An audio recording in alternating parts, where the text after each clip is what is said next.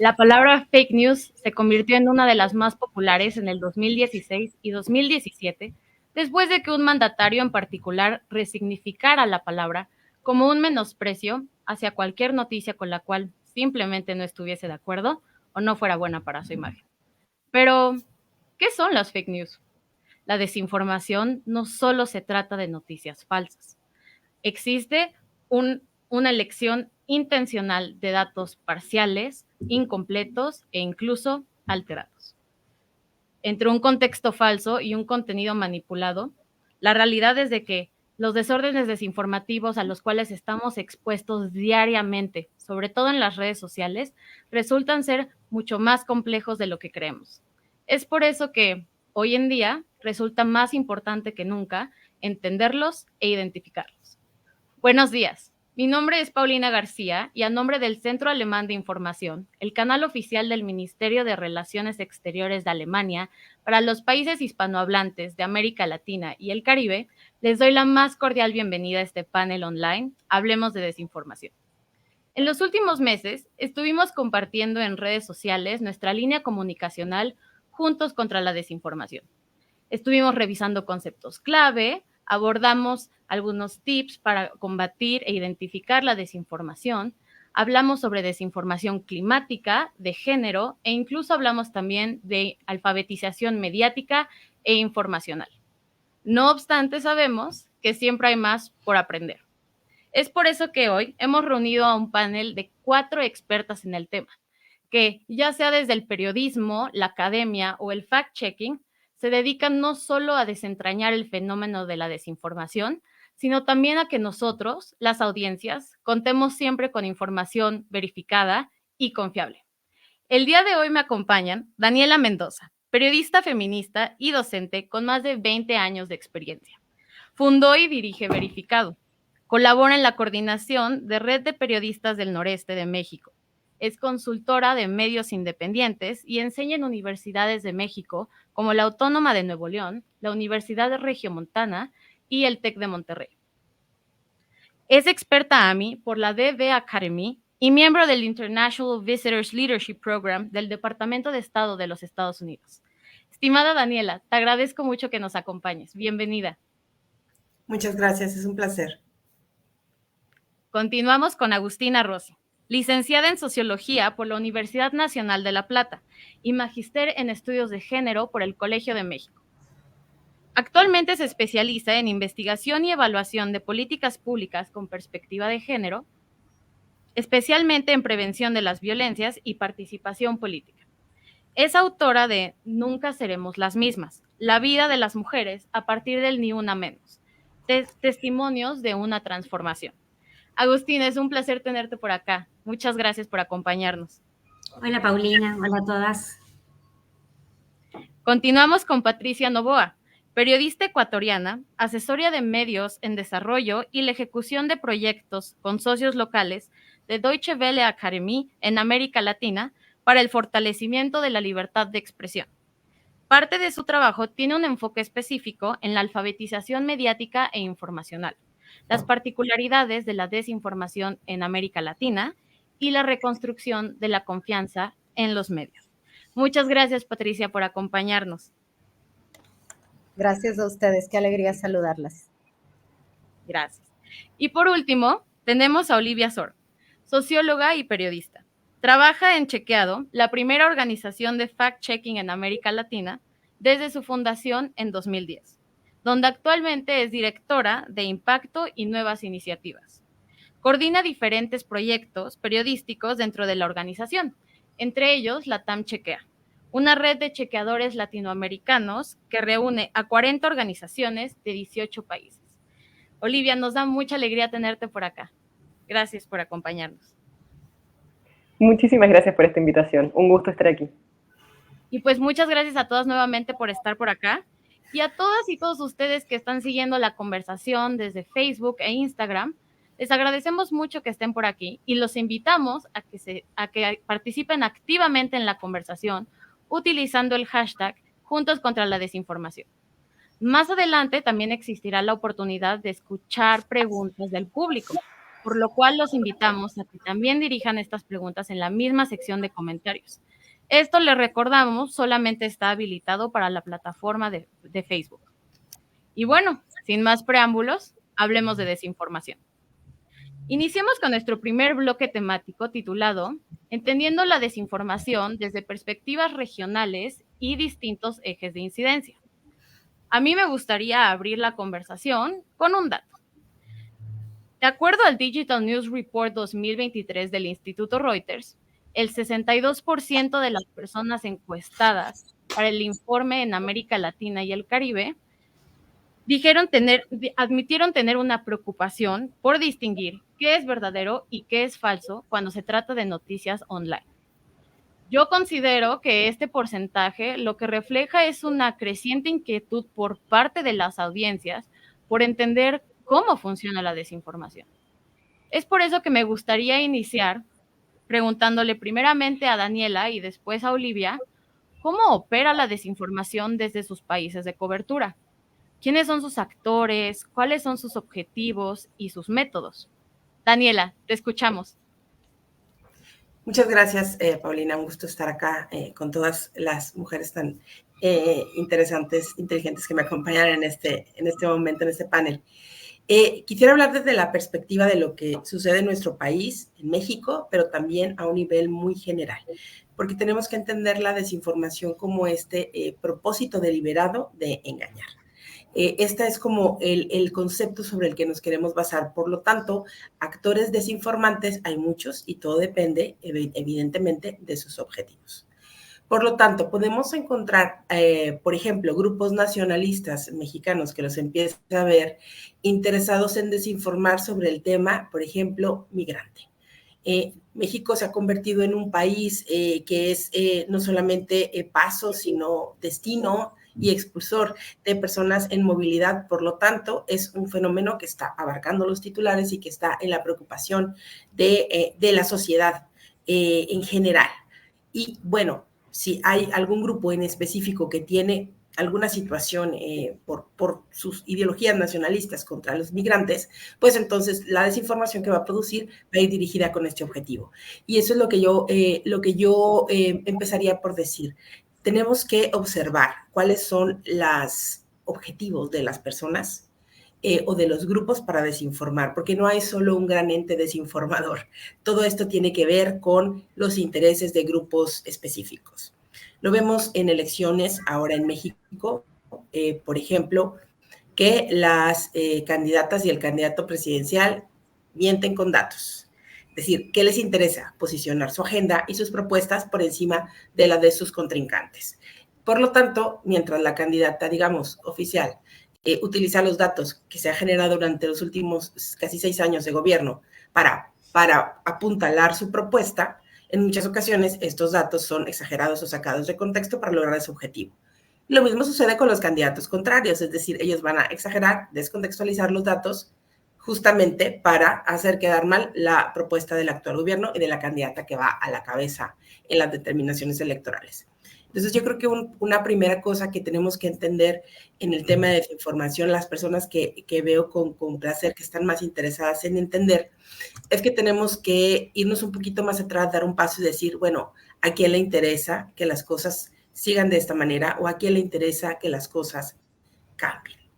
Lo mismo pasa, por ejemplo, con la desinformación de género, que también está siendo cada vez más importante en las narrativas latinoamericanas y cuando hay procesos electorales, al parecer como si saliera de todos lados y de una manera incluso organizada a querer generar desinformación sobre este tema de género.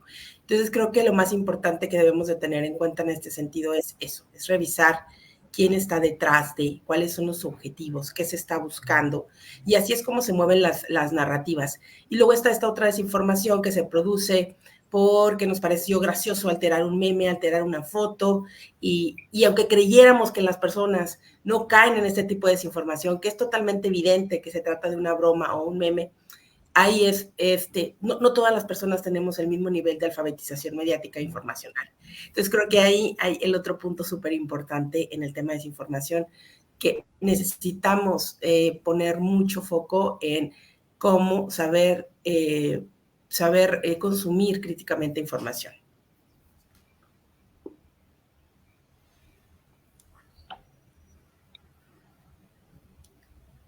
Creo que estás muteada, Paulina.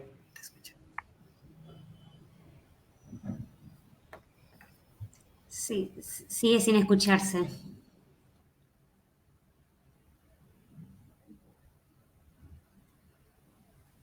¿Listo? Una disculpa. Sí, precisamente como te comentaba Daniela, es muy importante poder desarrollar este ojo crítico, poder identificar a los actores y a cada cual con sus objetivos. Olivia, me encantaría que pudieras abonar a esta misma pregunta, pero también recordarte, cuando te presentamos, ya habíamos comentado un poco, ya mencionamos un poco sobre la TAM Chequea. ¿Podrías contarnos, por favor, cuál es la idea que nace detrás de la TAM Chequea? ¿Cuál es el objetivo? Algunos de los miembros que participen y, por supuesto, cuáles son los aprendizajes que les ha dejado la cooperación entre fact-checkers de toda la región. Te cedo el micrófono. Muchísimas gracias, Paulina. LATAM Chequea es una organización que empezamos en 2014 con los chequeadores latinoamericanos, los que tenemos algunas problemáticas similares al resto de nuestros colegas a nivel global, pero también algunas particulares por acá. Trabajamos mucho con Daniela y con Verificado en México y con otros aliados a lo largo de toda la región, con quienes venimos trabajando en compartir buenas prácticas, en ver qué es lo que nos funciona en las cosas que venimos haciendo, qué es lo que no nos funciona tanto, cómo podemos ser más eficientes con nuestro trabajo y cómo podemos ayudarnos mutuamente para tener mayor impacto. Y en aprendizajes hay muchísimos que hemos tenido a lo largo de estos años, tanto para el lado de cosas que han funcionado como de las que no tanto, pero sobre todo creo, y retomando un poco lo que decía Daniela en este contexto, es que muchas veces pensamos que la desinformación y los temas que tomamos y las cosas que estamos viendo en nuestro país son algo propio nuestro. Y lo que nos ayuda muchísimo de tener una visión regional y de tener aliados en distintos países es que cuando les vamos a consultar y les decimos, esto que está pasando acá, ¿les pasa a ustedes? Ah, sí, nos pasa bastante parecidos. Ah, sí, tenemos desinformaciones bastante similares, cambian algunas cosas, pero la verdad es que lo que vemos es que los actores que desinforman, por ejemplo, por supuesto que hay especificidades de cada país, pero se copian bastante el tipo de contenido, las estrategias que usan y muchas de las cosas que hacen.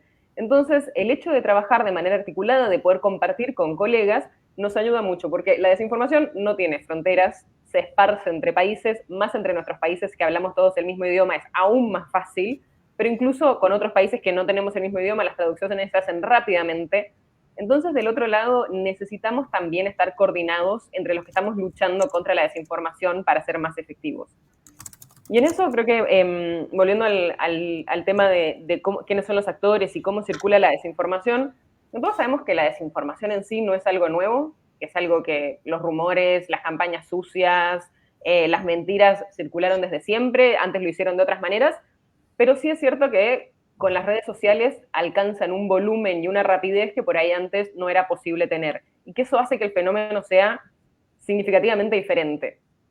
Y que además se da en un contexto en el que por muchas razones tenemos un ecosistema informativo en el que muchas personas no confían en las autoridades, en los medios de comunicación y en distintas instituciones como quizás confiaban en otros momentos, y eso hace que sea más difícil desmentir la desinformación.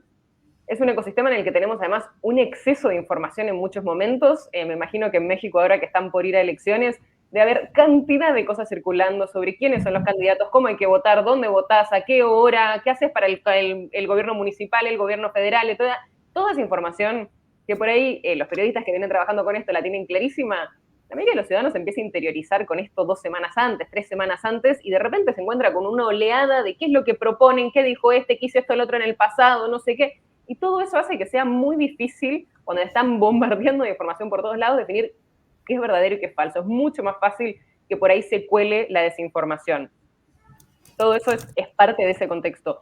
Y en el medio de eso tenemos estos actores que pueden tener distintas motivaciones. Como decía Daniela recién, hay grupos que tienen una motivación específica, una motivación política, una agenda propia. También hay gente que quiere ganar plata y la desinformación, como en general lo que hace es generarte una emoción muy fuerte y hacer que lo compartas y haga clic y se lo mandes a todo el mundo, eso se puede monetizar a veces en las mismas plataformas, a veces a través de, y ahora comprame mi seminario, y ahora comprame mis remedios, y ahora comprame la segunda parte del curso, etc. Y entonces te terminan haciendo generar dinero a través de la desinformación. Y puede ser que también haya personas que genuinamente generan desinformación sin saber que se trata de algo falso, pensando que están publicando algo real y resulta ser equivocado o ser falso. Con lo cual creo que tenemos distintos actores, distintas motivaciones, y que es clave entender cuando estamos frente a la desinformación, si queremos desarrollar buenas estrategias para contrarrestarla, entender a cuál responden esas desinformaciones para saber cuál puede ser la estrategia más eficaz para intentar contenerla y mitigar sus efectos.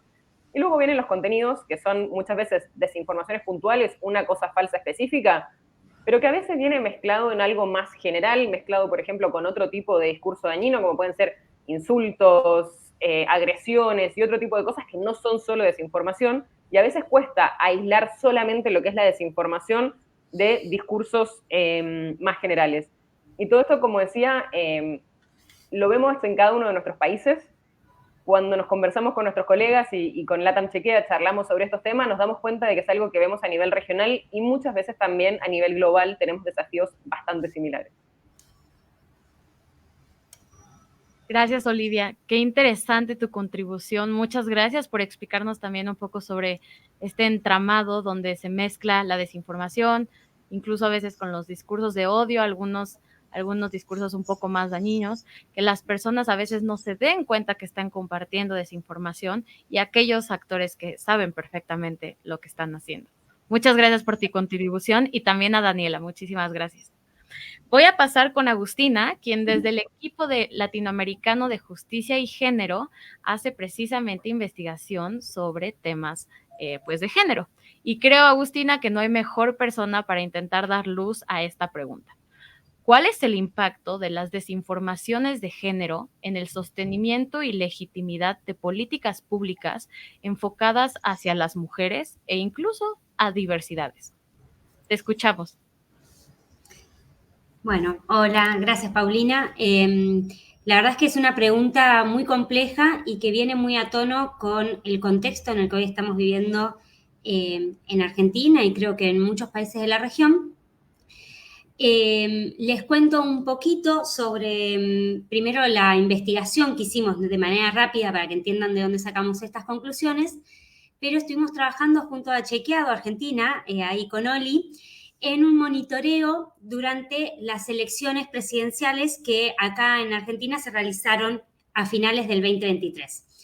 Ahí lo que buscamos era poder ver desinformaciones de género, ¿no? Ese era nuestro foco, digamos. La idea era poder analizar qué tipo de desinformaciones circulaban sobre candidatos y candidatas durante las elecciones y también sobre temas de la agenda de género, para poder observar si había alguna diferencia en términos de provocaciones que estaban más sesgadas por el género. ¿Qué quiero decir? Si había algunos ataques que por la condición de ser mujer o de ser LGBTQ+, explicaba esa desinformación en particular. Entonces, también Daniela lo mencionó al principio, la desinformación de género es una forma particular que adoptan las desinformaciones que está orientada a atacar a mujeres y diversidades, a atacar a las políticas de género para deslegitimarlas, poder sacarle peso, generar confusión y lograr un objetivo último que es el retroceso, ¿no? En tantos de los derechos, victorias que hemos logrado en los últimos años. Lo que nos hace efectivamente encontramos es que en estas elecciones, a diferencia de otros estudios que se venían realizando en otros países, los ataques de desinformación de género no estaban orientados a las candidatas mujeres precisamente, sino más bien que estaban orientados a un candidato o una candidata que defendiera alguna política de género, ¿no? Entonces ahí, digamos, el motor de la desinformación, digamos, lo que generaba la intención detrás de esa desinformación, no era ya el género de la persona misma, sino la agenda que apoyaba. Por otro lado, también lo que encontramos en estas elecciones que nos resultó muy interesante y entiendo que es lo que está pasando también en otros países, que es un ataque continuo, ¿sí? Esto era lo que más aparecía como ataques de desinformación de género a la agenda de género, ¿no? Entonces, después, más adelante, les puedo compartir un poquito más sobre estos hallazgos, pero, por ejemplo, el Ministerio de Mujeres, Géneros y Diversidad de Nación fue uno de los principales focos de ataque durante las elecciones, ¿no? Hubo muchísimas desinformaciones sobre su funcionamiento. Esto, ¿qué termina generando? Mucha confusión en la gente que efectivamente puede creer estas desinformaciones y entonces está más receptiva a un discurso que busca, por ejemplo, cerrar el ministerio o que busca dar marcha atrás con muchos de los programas o políticas que ese mismo ministerio promovía y sostenía. Hoy lo que estamos viendo justamente es que el ministerio fue cerrado sin ningún tipo de resistencia social, habiendo sido un reclamo del movimiento de mujeres y feministas durante muchas décadas en el país, fue cerrado y no tuvo ningún tipo de costo social. Esto sin duda tiene que ver con todo lo que circuló sobre su funcionamiento ineficaz. De la misma manera, vemos también un ataque muy grande a ciertas políticas orientadas a atender las desigualdades de las diversidades, ¿no? ¿Y esto por qué? Porque generó también mucha desinformación el acceso a, por ejemplo, procedimientos de hormonización para personas travestis trans, ¿no? Entonces, eso hoy por hoy lo que hace es que se empiecen a cuestionar leyes que reconocen, por ejemplo, la identidad de género, ¿no? Entonces, vamos viendo como ciertas desinformaciones que pueden parecer no graves en un principio, porque solo se presentan como un tuit, lo que terminan generando es un ataque a leyes, ¿no? Y que esa discusión pueda ser puesta en jaque y no parece que estamos hablando de derechos, sino que parece que estamos hablando de, por ejemplo, recursos económicos, de cuánto se gastan estos procesos de hormonización, porque hacia ahí llevan la discusión las desinformaciones. Y por último, mencionar también que muchas de estas desinformaciones lo que hacen es generar mayores niveles de violencia. Y esta violencia no queda únicamente en las redes sociales, ¿no? Donde circulan, como decía Oli hoy, de manera tan rápida las desinformaciones, sino que estamos empezando a ver cómo se trasladan a la vía pública efectivamente. Por otra investigación que estamos realizando sobre el estado de las políticas de prevención y atención de las violencias, ya vemos referentes que nos están diciendo que están siendo más perseguidas y atacadas con personas que repiten estos discursos, ¿no? Entonces hay personas que hoy por hoy están yendo a las áreas de género y pueden decir, este área no malgasta el dinero, quiero que la cierren. Y eso nace de las desinformaciones que circularon. Entonces vemos cómo esa desinformación se traduce en prácticas de violencia muy concretas que, digamos, por el camino en el que vamos, no sería sorpresivo que termine en ataques contra la integridad de las personas que las llevan a cabo. Qué interesante, Agustina. Muchísimas gracias por esta intervención. Definitivamente es interesante cómo la desinformación no siempre busca atacar a un individuo o a algún actor en específico, sino también a una agenda, a la agenda de una comunidad y sobre todo que pueda tener un impacto tan grande como en la creación de políticas públicas para esas comunidades. Muchísimas gracias por tu contribución. Ya tendremos tiempo más adelante para que nos cuentes más a profundidad sobre los hallazgos de esta investigación que llevaste a cabo junto con Chequeado. Patricia, tengo una pregunta para ti. Desde el punto de vista del desarrollo y fortalecimiento de medios, ¿cuál crees que es el impacto que tiene la desinformación en la labor periodística y a la credibilidad de los medios de comunicación ante las audiencias?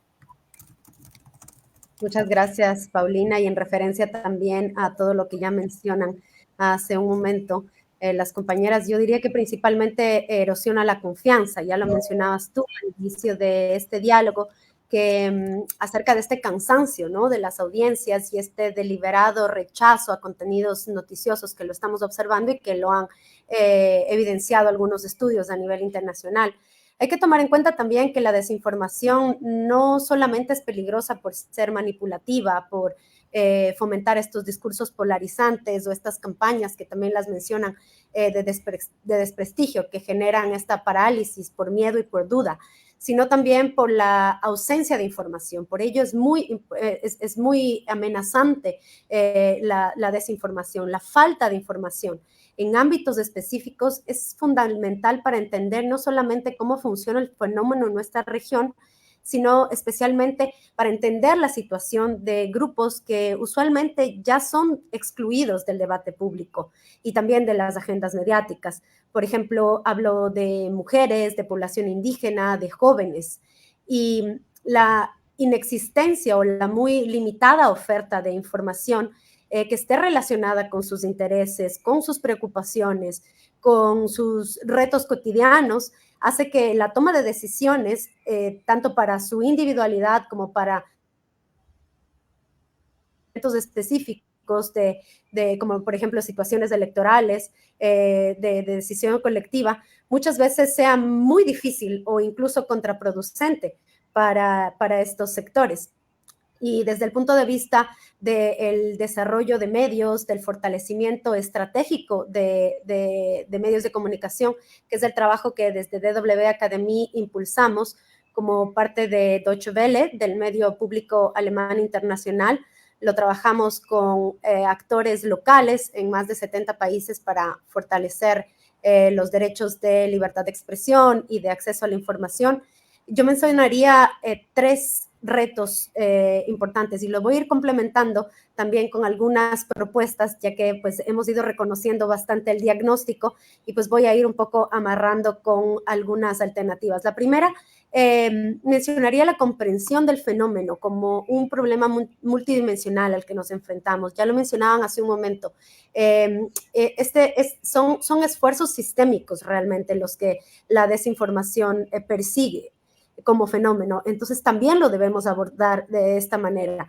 La propuesta es ir un poco más allá de librar la búsqueda de soluciones absolutas o de una perspectiva de solucionismo. Y para ello quiero compartir con ustedes una perspectiva de un modelo que lejos de ser justo eso, una solución, es más un modelo de pensamiento, de reflexión, donde creemos que el fenómeno de la desinformación se debe enfrentar de una forma más holística, combinando medidas que son a corto plazo con aquellas que son un poco más de largo aliento. Y esto propone este modelo de 3 esferas, donde la primera es detectar y alertar, que está relacionado, por ejemplo, con los esfuerzos de fact-checking, de pre-banking, para detectar y exponer la desinformación, alertar a las audiencias de dónde proviene, cuáles son estos intereses que se mencionaba también hace un momento.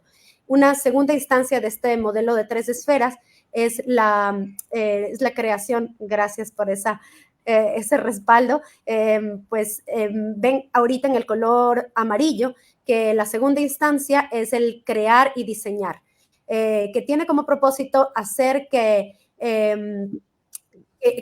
la participación de las audiencias participen en la creación de información de calidad, pero que además sea atractiva y que involucre a las audiencias para que también esto ayude a que se difunda mucho más los contenidos de calidad.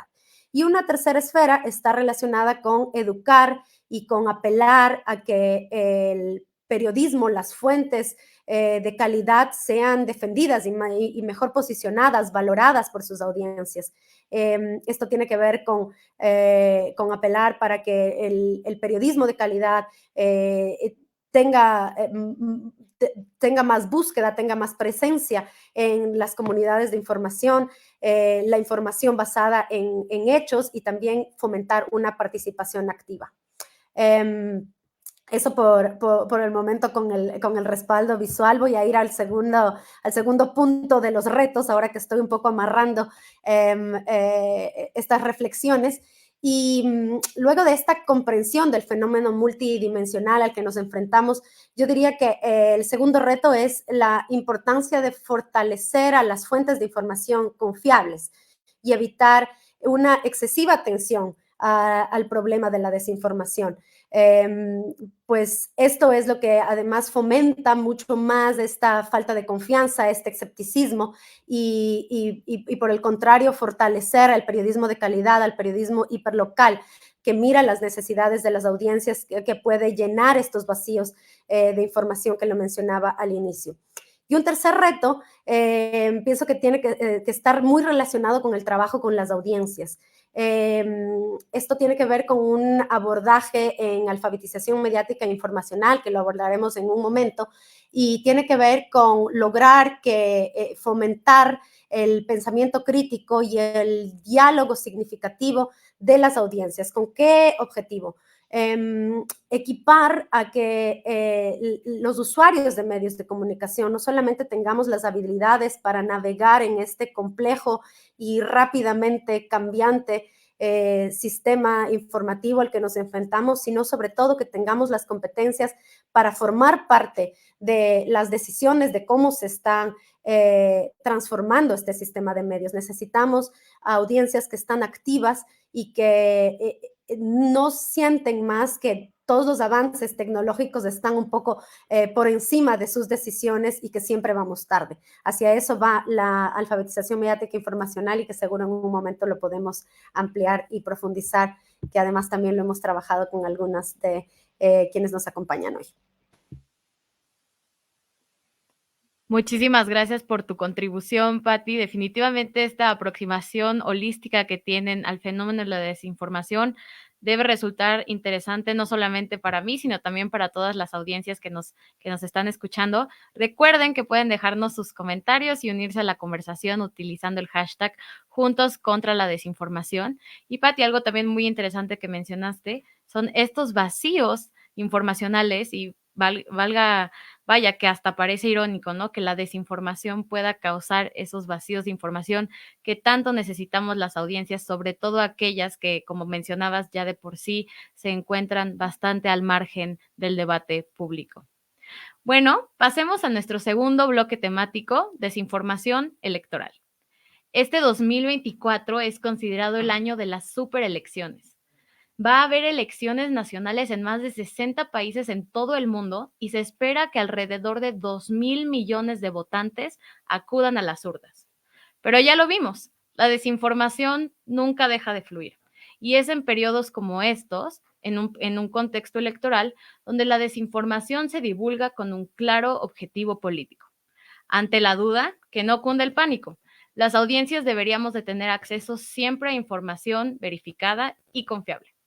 Me gustaría empezar este segundo bloque temático preguntándole a Daniela en qué consiste el fact-checking o verificación de datos que lleva a cabo Verificado, específicamente en un contexto de contienda electoral, y cómo crees que se benefician las audiencias de poder contar con datos corroborados en todo momento. Te escuchamos.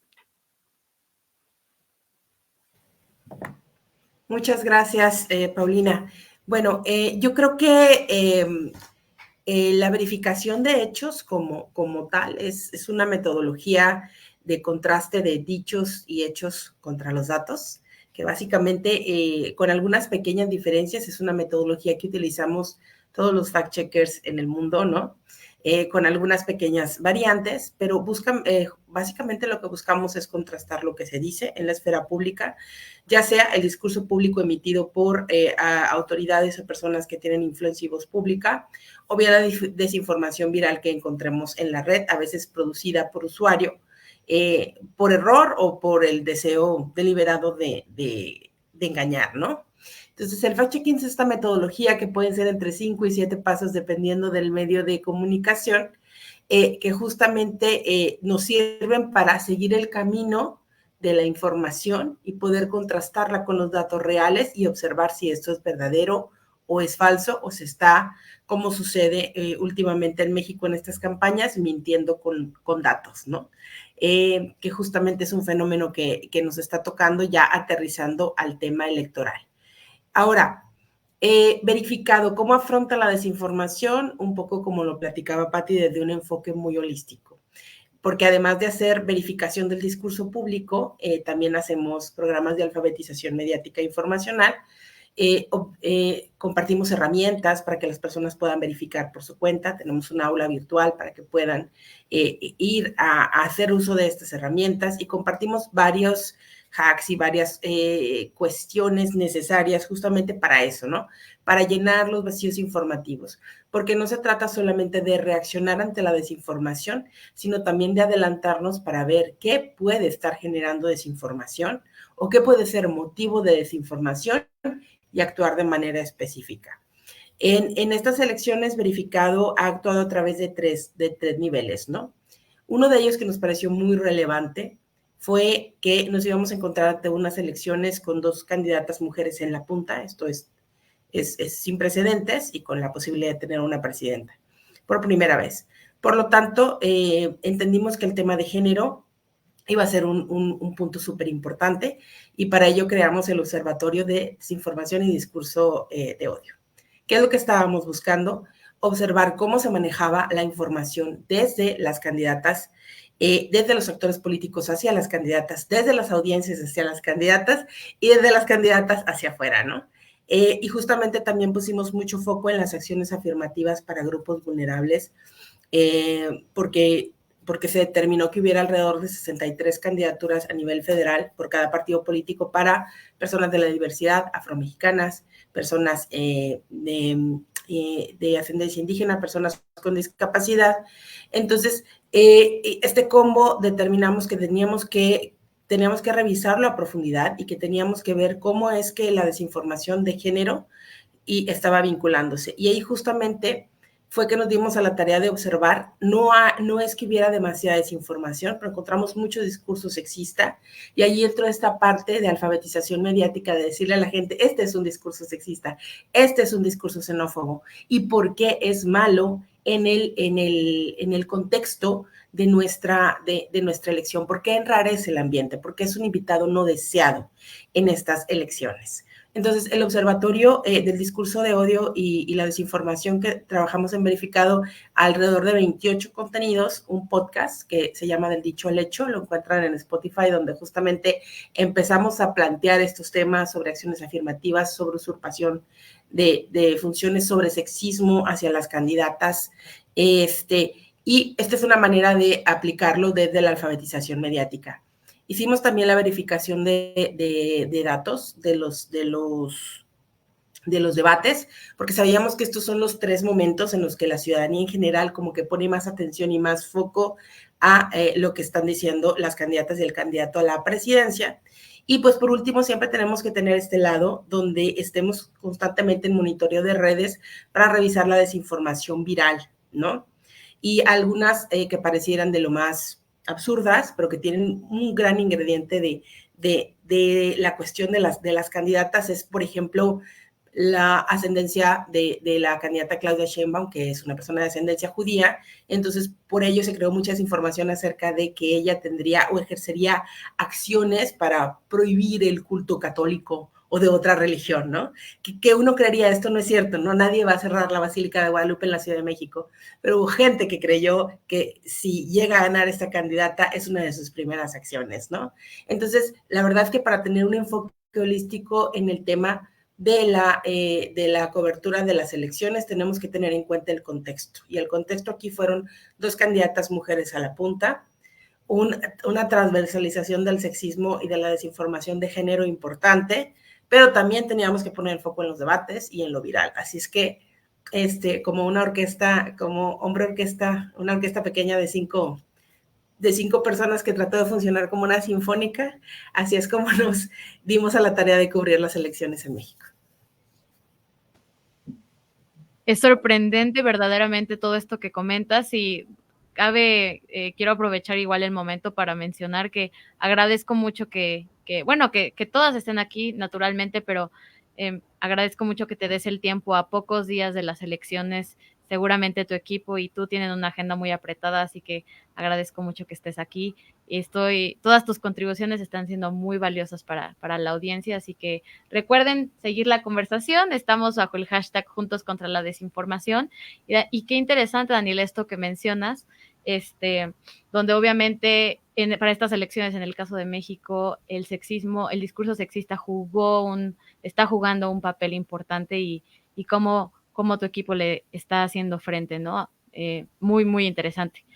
Agustina, de hecho, para no despegarnos un poco del tema de la desinformación de género, ya nos venías platicando anteriormente que junto con el equipo ELA y Chequeado en colaboración estuviste investigando esta intersección entre la desinformación y género.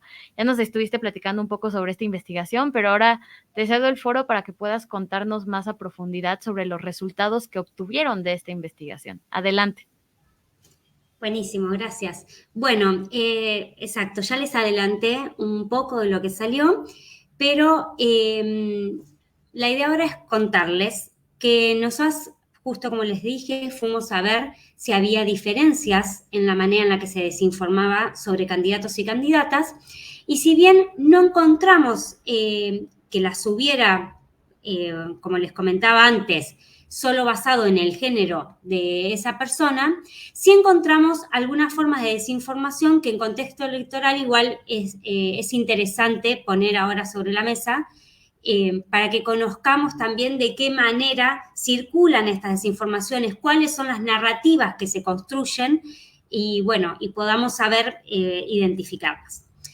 Entonces, acá mencionarles particularmente 5 categorías de desinformaciones que vimos durante las elecciones en el 2023. La primera son los cuestionamientos sobre la salud mental o señalamientos de consumo problemático de sustancias de las y los candidatos. Esto, insisto, se vio tanto para candidatas mujeres como para candidatos varones, donde hubo muchas desinformaciones sobre si tenían problemas de salud mental, si estaban con problemas psiquiátricos, qué medicación tomaban, y también el uso de sustancias como drogas, alcohol, etc. Para esto que también, ¿qué se hizo? ¿No? Como comentaban antes, hubo mucha manipulación de algunos videos para simular que estaban borrachos, que hablaban de manera lenta o que se confundían, o la alteración de imágenes. Otra forma de las desinformaciones que encontramos es la acusación de la falta de calificación para nombramientos políticos. Esto en otros estudios se había visto como muy frecuente para candidatas mujeres, ¿no? Todo el tiempo siendo acusadas de que no estaban preparadas, no estaban calificadas para poder hacer ese trabajo y que habían llegado ahí por motivos como haber tenido una relación sexual con algún otro candidato, alguna otra persona de poder, etc. Pero acá lo encontramos tanto para varones como para mujeres, esta acusación de que no estaban preparados para el cargo. Otro tipo de desinformación es la caracterización como villanos. Acá lo que se encontró mucho son la creación de tweets falsos donde o el candidato manifestaban un discurso muy violento, comúnmente contra una comunidad o contra un sector de la sociedad, ¿no? Entonces, por ejemplo, uno de los ejemplos que tenemos es de la candidata a vicepresidenta diciendo: si una persona diabética no puede pagar la insulina, es problema de la persona, con mi plata no, ¿no? O sea, como ese tipo de discursos que terminan colocándola como una persona mala. Luego, de nuevo, acusaciones por corrupción o mal desempeño de funciones. Esto es muy común para ambos géneros. Y, por último, las acusaciones por traicionar al partido, ¿no? O a las ideas del partido. Bien, esto para dar un pantallazo general del tipo de desinformaciones que circulan en época de elecciones. Pero luego, si pasamos a la parte de sí, desinformaciones de género, como les adelanté, estas estaban orientadas a atacar a cualquier candidato o candidata que defendiera la agenda. Entonces, por ejemplo, un candidato a jefe de gobierno de la ciudad de Buenos Aires que se manifestó a favor de ciertos procedimientos de hormonización para personas travestis trans, empezaron a circular noticias donde supuestamente él había manifestado considerarse una persona no binaria, ¿no? Entonces vemos ahí cómo su apoyo a una política de respeto a la ley de identidad de género y al acceso a la salud de una población históricamente discriminada como travestis trans deriva en que se diga que él era una persona no binaria, de esta manera deslegitimar su apoyo, ¿no? Quitarle peso y a la vez correr el foco de la discusión, porque efectivamente luego de lo que se termina hablando es de la identidad de género de este candidato.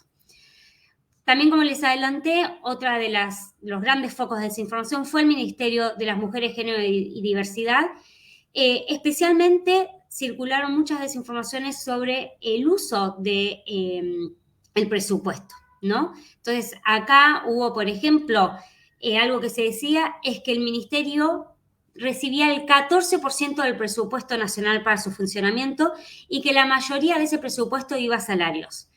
Cuando en realidad vimos que el presupuesto que recibía representaba el 0,2, o sea, es abismal, ¿no? La diferencia, y la mayoría iba para los programas que implementaban para la atención a la violencia.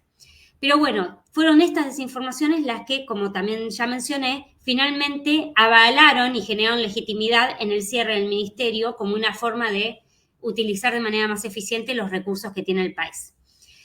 Y por último, muy similar a los ataques al ministerio, pero vimos ataques a las políticas en concreto, ¿no? O sea, como les decía, circuló muchos ataques a todo lo que tenía que ver con la ley de identidad de género, que acá garantiza el acceso a ciertos procedimientos médicos, a ciertos tratamientos, pero también vimos un ataque muy fuerte a la ley de educación sexual integral, que es una ley a través de la cual se brinda información en las escuelas primarias y secundarias de manera obligatoria sobre salud sexual y reproductiva, pero también se habla de prevención de violencia en los noviazgos y demás. Muy bien. Y lo último que quisiera mencionar, no sé cuánto tiempo me queda, pero voy a ir rapidito, que un poco ya lo venían adelantando el resto de las panelistas, es el impacto, ¿no?, que estas desinformaciones tienen. Entre las conclusiones que nosotros sacamos del estudio, primero mencionar que de este estudio, cuando vimos el caudal de desinformaciones que había sobre el ministerio y sobre la Ley de Educación Sexual Integral, decidimos junto a Chequeado profundizar un poco más en cuál era el impacto que tenían estas desinformaciones sobre la Ley Sexual Integral, de manera más breve llamada ESI en Argentina, cuál era el impacto que tenía sobre las personas, ¿no? O sea, cómo las personas recibían esta desinformación, qué creían, qué no creían y cómo eso afectaba su opinión sobre la ESI.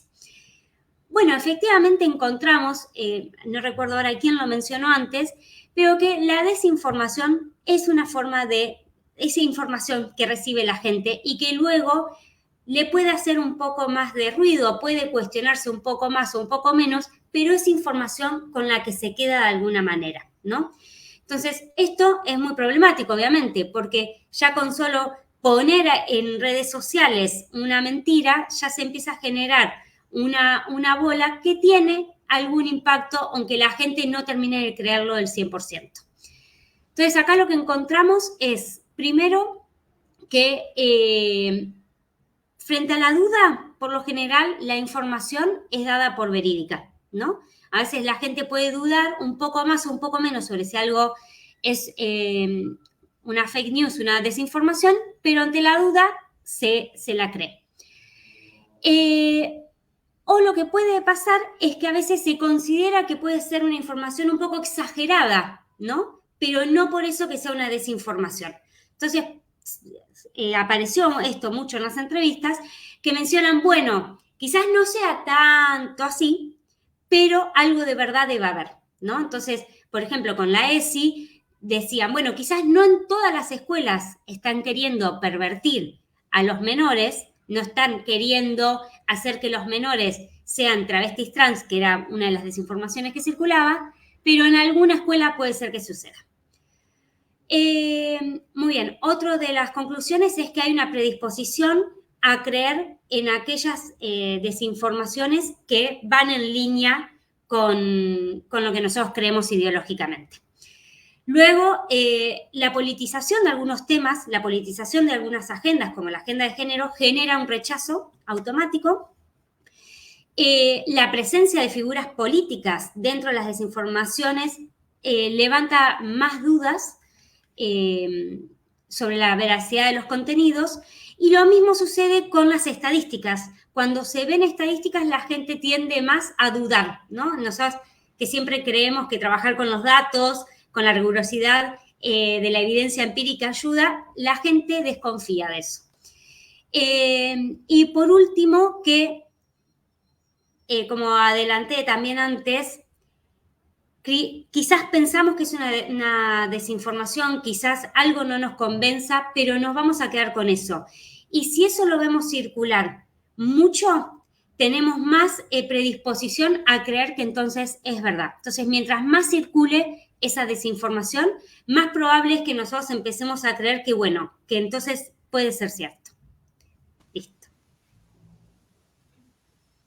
Agustina, qué interesante tu participación, de verdad, muchísimas gracias y qué gran contribución y colaboración han logrado el equipo ELA y Chequeado, muchas felicidades. Qué interesante lo que mencionas sobre toda esta transversalidad de actores que puede afectar la desinformación de género, no solamente aquellos que eran las candidaturas, políticos o políticas, sino también, obviamente, órganos de gobierno que forman parte del gobierno argentino. Muchísimas gracias por tu contribución. La verdad es de que los resultados muy claros y con mucho gusto si después seguramente habrá alguien en el foro que posteriormente esté preguntando sobre si pueden acceder a estos resultados del estudio, así que ya nos estarás compartiendo más adelante. Olivia, tengo una pregunta para ti también en el contexto electoral. A partir de reflexiones o observaciones que haya podido tener el equipo de Chequeado tras hacer una verificación de datos durante las elecciones en Argentina del año pasado, ¿crees que la desinformación pudo haber jugado un papel clave al momento de tomar una decisión en las urnas? ¿Qué piensas? Qué pregunta difícil, porque siempre es difícil saber qué es exactamente lo que más se juega al momento del voto, y obviamente hay 1000 estudios de ciencias políticas sobre cuánto es de la parte emocional, cuánto es la identificación, cuántas son las propuestas y todo el resto de cosas que se nos mezclan, nuestra historia personal, nuestro vínculo, el tono, el carisma y tantas otras cosas que se juegan en una elección, ¿no? Pero creo que, y muy en línea con lo que han mencionado ya varias y que mencionaba también Agustina más temprano y Patricia, creo que la desinformación actúa a muchos niveles diferentes y que por ahí una desinformación puntual puede no cambiarte radicalmente tu punto de vista, y como decía recién Agustina también, tendemos a creer en las desinformaciones que ya de todas formas abonan a lo que ya pensábamos antes y por lo tanto nos refuerzan lo que creemos, entonces puede ser que no te haga cambiar radicalmente de opinión. Y hasta ahora, y creo que fue cuando el mundo se empezó a preocupar por las desinformaciones por allá en 2016 y dijimos tipo, no, ¿cómo es que hay tanta desinformación circulando? Nosotros veníamos trabajando desde 2010 muy tranquilamente en decir sí, hay desinformación, sí, tenemos que hacer esto y lo otro. En 2016 hubo una explosión de preocupación por esto, en parte porque hubo muchísima desinformación circulando y la vimos muy claramente en distintas elecciones ese año. Y creo que una de las primeras preocupaciones fue cómo cambia la decisión de voto de las personas a partir de la desinformación. Y la verdad es que hasta el día de hoy no tenemos gran evidencia de que el voto en sí cambie radicalmente por la desinformación. Puede ser que una elección muy reñida, en la que hay muy pocos puntos de diferencia entre un candidato y el otro, algún indeciso cambie su voto por una desinformación, es posible. Pero no hemos visto gran evidencia de que sea un cambio radical. Eso no quiere decir que no tenga un impacto y que no tenga un impacto enorme la desinformación a distintos niveles. Desde apoyo a ciertas políticas públicas y no a otras, como mencionaban antes algunos ejemplos en el caso del Ministerio de las Mujeres, por ejemplo, acá en la Argentina, que la desinformación puede jugar un rol en llevar a la opinión pública sobre un tema, tiene también un rol muy grande en ensuciar la conversación en general, en hacer que sea más difícil seguir los temas, en hacer que sea más difícil poder mantenerse informados. Como decía Patricia antes también, hace que sea más difícil saber cuál es buena información y poder mantenernos como parte del debate, y nos cambia los temas del debate. En vez de estar discutiendo sobre algunas cosas fundamentales de nuestro proceso, terminamos hablando de cositas muy chiquitas que no tienen ninguna base, de cosas absolutamente inventadas. Nos lleva tiempo y nos lleva energía, y todo ese tiempo y energía nos lo quita de otras discusiones que sí necesitamos tener. Con lo cual, puede llegar a correr el eje de las discusiones, puede generar esta sensación de que es tan difícil informarse que nos desenganchamos de la discusión pública, Y luego puede tener un caso muy claro y que desgraciadamente hemos visto en varios países, que es cuestionar la legitimidad de las elecciones. Y ahí sí creo que hay un impacto muy directo que puede tener la desinformación. Lo vimos en Estados Unidos, lo vimos en Brasil, lo hemos visto en muchos lugares que se siembran dudas sobre si el proceso electoral en sí fue legítimo o no, sin ninguna base. Y en eso los desinformantes son muy buenos en aprovechar lo complejo que es cualquier proceso electoral. Digo, un proceso electoral involucra a millones de personas, todos tenemos que estar más o menos coordinados, ir más o menos los mismos días a votar, hacer una cola, llegar a una máquina o a una urna, que todo esté en lugar, que todo funcione. Es obvio que van a fallar cosas. Es obvio que en ese proceso hay errores, hay algunas que pueden ser hasta irregularidades, pero que no implican que haya un fraude. Pero quienes desinforman aprovechan cada una de esas cositas, una máquina de votación que no funciona, una escuela que tuvo que cerrar porque hubo un problema y no se puede votar ahí, cualquier cosa que ocurra, lo van a aprovechar para desinformar. Y acá en la Argentina lo que vimos, particularmente entrando en el proceso 2023, tuvimos elecciones internas, primarias, que son obligatorias para todos los votantes, tuvimos elecciones generales y luego tuvimos segunda vuelta. Y especialmente entre la elección general y la segunda vuelta, vimos un aumento muy grande de desinformación que parecía sembrar el camino para decir luego que hubo un fraude, diciendo la forma en la que nosotros votamos acá con boletas partidarias y empezaron a decir están repartiendo falsas boletas partidarias que no te las van a tomar en cuenta cuando sea el recuento, son no oficiales, un montón de cosas, digo, en cada país, como decía antes, cada país tiene sus particularidades, pero a la vez son muy parecidos entre países después las grandes tendencias. En cada país aprovechan la complejidad de su propio sistema, pero la tendencia general es similar. Y lo que vimos fue mucha desinformación en esa dirección. La verdad es que los resultados de la elección en segunda vuelta fueron muy contundentes y dejaron poco lugar a dudas sobre el resultado electoral y no siguió creciendo la idea de un fraude. El candidato que perdió reconoció rápidamente la derrota, no hubo gran cuestionamiento sobre eso. Pero si me preguntaban esto 2 días antes de las elecciones, nuestro gran miedo era justamente cómo se había sembrado el camino para corroer la legitimidad de un proceso que hasta ahora nunca había sido cuestionado desde la vuelta de la democracia en la Argentina de manera seria, de manera sistemática, como un proceso que podía no ser legítimo. Con lo cual ahí sí creo que hay un efecto muy directo que puede tener la desinformación en los procesos electorales. No tanto en cambiar el voto de una persona, sino en que dejemos de creer en el proceso mismo, que me parece además mucho más grave para nuestras democracias. Muchas gracias, Olivia. Definitivamente, ya sea cuestionando la transparencia de los comicios o incluso plantar o sembrar la duda de la legitimidad de los resultados mismos que pueda tener una elección, está claro que la desinformación electoral no deberíamos de dejarla jugar en las elecciones de ningún país. Muchas gracias por tu contribución. Y bueno, me gustaría que pasemos a nuestro tercer bloque temático. Este está titulado la inteligencia artificial en las salas de redacción. Seguramente en algún momento llegaste a compartir alguna imagen que a simple vista parecía real, pero en realidad se trataba de una deepfake o falsedad profunda. La inteligencia artificial está llevando a la desinformación a una frontera nunca antes vista y con una capacidad de viralidad que verdaderamente los seres humanos no podemos darnos abasto. Queremos profundizar un poco sobre este tema y nos gustaría iniciar la conversación preguntándole a Patricia cómo se ve la desinformación cuando la mezclas con inteligencia artificial y cómo hace la Deutsche Welle Academy para capacitar a otros medios de comunicación sobre una tecnología tan disruptiva como esta. Te escuchamos, Pati. Muchas gracias, Paulina. Inevitablemente voy a hacer también una mención y conexión con el contexto electoral porque realmente va muy de la mano, además de este súper año de elecciones que esperamos no nos siga dando sorpresas. Pues comienza un poco cómo se ve la desinformación, como dices, en combinación con la inteligencia artificial. Un aspecto clave de mencionar es pues la posibilidad de creación de contenido falso a muy bajo costo o a cero costo y también la amplificación tan extendida que puede alcanzar.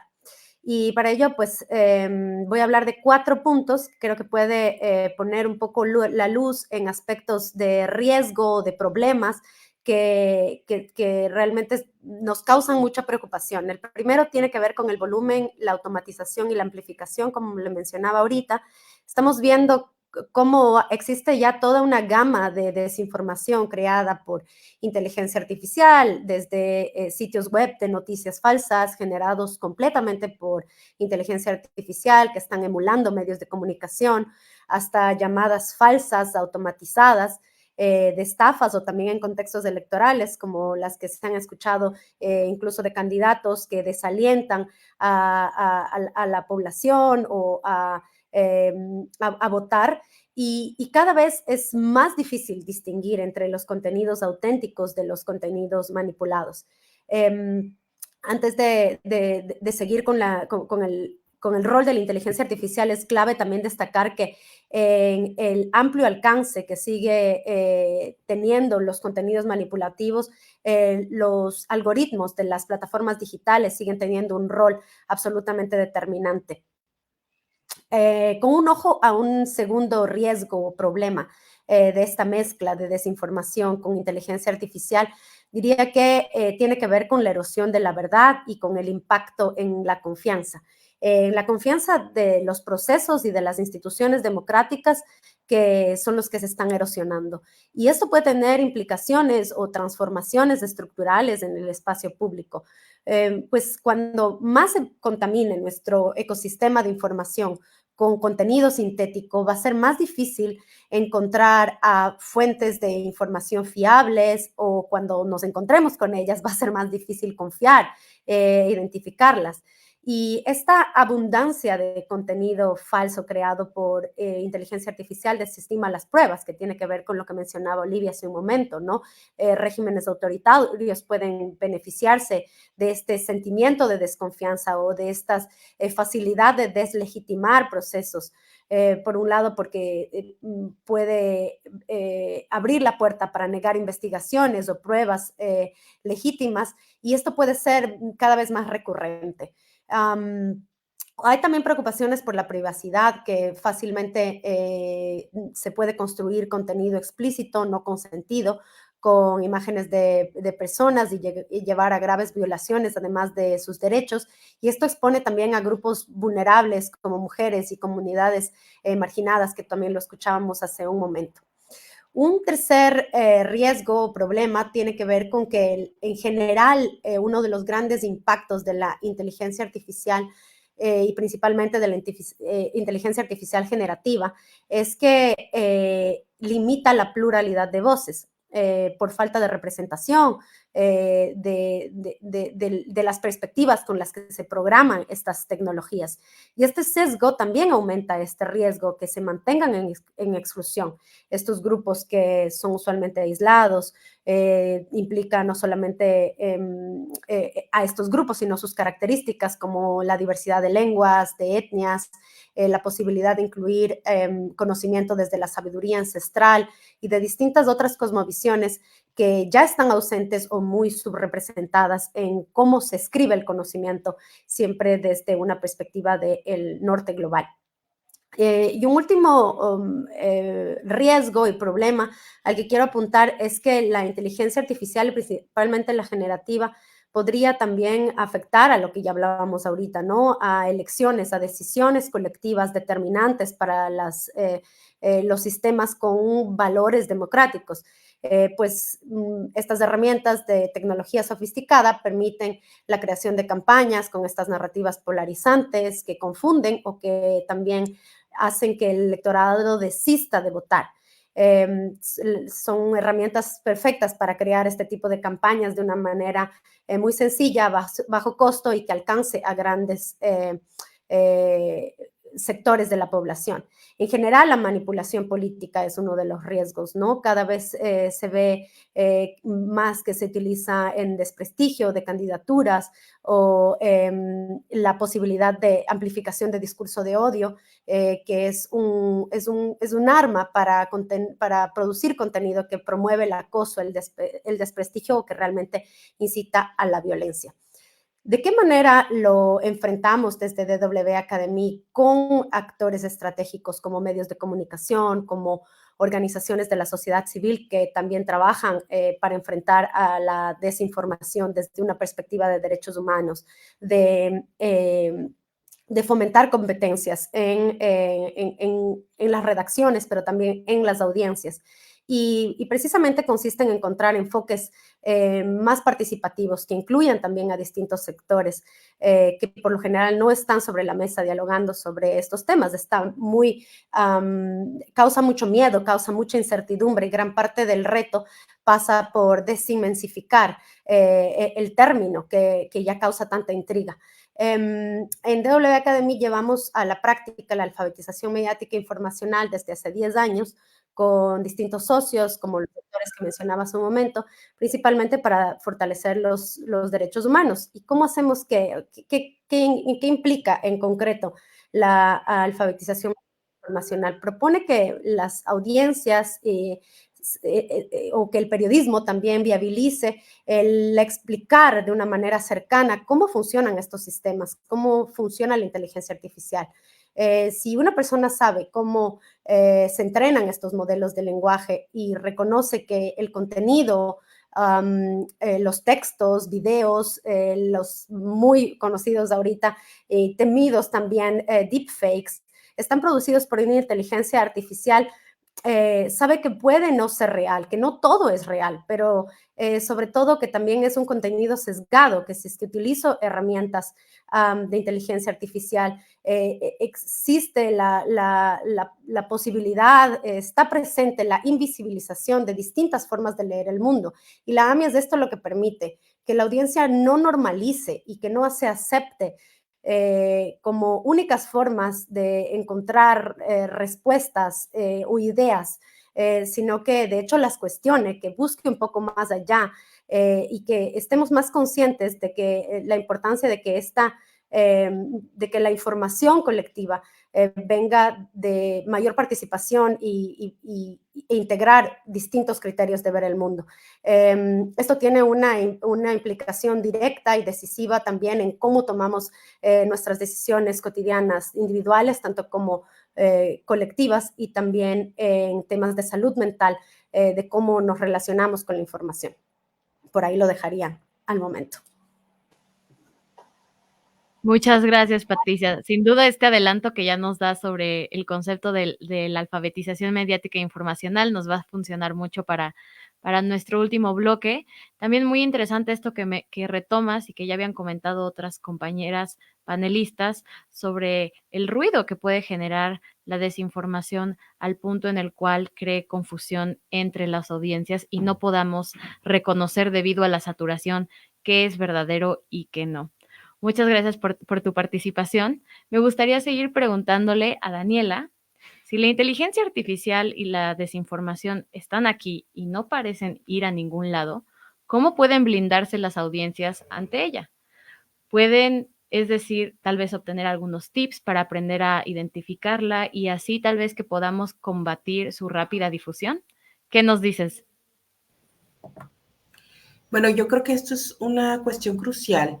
Puede haber trabajo desde la academia, puede haber trabajo desde la educación y el periodismo se puede comprometer a tener una visión más holística y no solamente hacer fact-checking, sino también explicar, incluso hacer alfabetización mediática. Pero las personas, quienes consumen contenido, también forman parte de esta responsabilidad, forman parte de este hilo de justamente aprender a determinar si se encuentran ante una falsedad. Lo primero, básicamente, y aunque suene a una fórmula como muy repetida, pues es no compartir sin tener la seguridad de que algo es una información verdadera. ¿Por qué? Porque casi toda la desinformación está diseñada para apelar a nuestras emociones, entonces lo que busca es que reaccionemos de forma evidente. Creo que el tip más grande que puede obtener la ciudadanía en general sin tener alguna otra educación formal al respecto es respira, ¿no? Date 5 segundos antes de darle compartir a esa desinformación. Analiza un poco acerca de si esto que te está llegando es verdad, si sabes quién te lo mandó, si esta persona tiene autorización, credenciales, experiencia, porque lo que sucede es que cuando nos mandan algo que nos parece grave, algo que nos hace temer o enfurecernos. Tenemos este deseo de proteger a los más cercanos, entonces lo mandamos al grupo familiar, lo publicamos en nuestras redes sociales, queremos alertar a la gente. Pero si no tenemos certeza de que estamos de esto que se nos señala, te voy a poner un ejemplo bien sencillo. Justo ayer en la redacción nos llegó al WhatsApp oye, es verdad que algo muy malo va a suceder y que hay que prepararse, porque resulta que el ministerio no recuerdo el nombre, en Inglaterra acaba de publicar que la gente se tiene que preparar y guardar agua y linternas, y entonces fuimos al origen de la información, y era la página, digamos, de un organismo similar a lo que es Protección Civil en cualquiera de nuestros países, donde decía, bueno, en caso de, o sea, ¿qué hacer en caso de una tormenta? Bueno, siempre tenga preparado un kit de supervivencia, agua, o sea, estas cuestiones que estos organismos hacen para apoyar pues, a la ciudadanía, que es parte de su labor, educar, oye, siempre tener un kit de emergencias, por si se va la luz, por si se va, no sé, cualquier cosa. Aquí en México estamos viviendo apagones cada 10 minutos. Y pasa en cualquier país, es una eventualidad, es una cuestión de la naturaleza, pero a alguien se le ocurre sacar contexto de esa información y decir, ¿qué saben en Inglaterra que no sabemos en México? Ese es el tipo de desinformación que le llega a la gente. Y entonces, ¿qué hace la gente? Alerta, algo saben que no nos quieren decir, ¿no? Entonces, las personas también tenemos responsabilidad en esto. Y creo que es importante hablar de la audiencia, es importante hablar y decirle, ten cuidado, no puedes tomar todo lo que recibes y verlo como bueno. Hay un tema que tenemos que reconocer desde el ámbito periodístico. El periodismo, durante los últimos años, tan cercano al poder, ha generado desconfianza en los ciudadanos. Y cuando llegan alternativas de creación de contenido fuera de los grandes medios de comunicación, la gente tiende a pensar es independiente. Independiente igual a más confiable. No necesariamente. Las otras alternativas también tienen sus intereses económicos y también tienen sus sesgos políticos. Entonces, lo que tenemos que hacer como audiencia es no creer de inmediato, no dejarnos llevar por la emoción, buscar las fuentes originales de la información. Esa persona que nos mandó esa pregunta, además, pues ya no quisimos hacer una nota porque la verdad es que no era algo tan viral, y a veces dándole foco a esas cosas lo podemos hacer más grande de lo que es, pero lo único que hicimos fue mandarle una captura, o sea, un video de pantalla de cómo le hicimos nosotros. Mira, buscas aquí, preguntas, mira, se trata de esto, realmente no es tan grave. Y entonces esa persona dijo, perfecto, lo voy a compartir con quien me lo envió. Pero eso también lo pudo haber hecho esa persona. Digo, afortunadamente nos mandó el mensaje y también queremos que lo sigan haciendo, pero creo que es un ejercicio que todas las personas podemos hacer, buscar, detenernos, no compartir, no formar parte de la cadena de desinformación y pensar. Las personas pueden adquirir competencias, claro que pueden adquirir competencias a través de cursos, de talleres. Nosotros el año pasado, justamente con apoyo de la DW Academy, hicimos una caja de herramientas para usuarios. Son todas herramientas de código libre. Ustedes entran a la página de verificado y la pueden encontrar, acompañada de algunos tutoriales para saberlas usar. Casi todas estas herramientas son de código libre, lo que quiere decir que funcionan la mayor parte de las veces, pero algunas veces puede haber alguna falla porque no son herramientas de paga. Entonces tenemos esta caja de herramientas, lo hacemos a través de los videos tutoriales, y yo creo que sí existen alrededor muchas herramientas que podemos utilizar, simplemente tenemos que ir un poquito a buscar. Así como las personas no tendemos a dudar sobre lo que nos dicen quizás hasta nuestros maestros o que nos dicen en persona. También dudemos de lo que nos llega en línea, sobre todo aquello que no tiene fuente, especialmente cadenas de WhatsApp y de Telegram. No las reenvíen si no tienen certeza de lo que sucedió.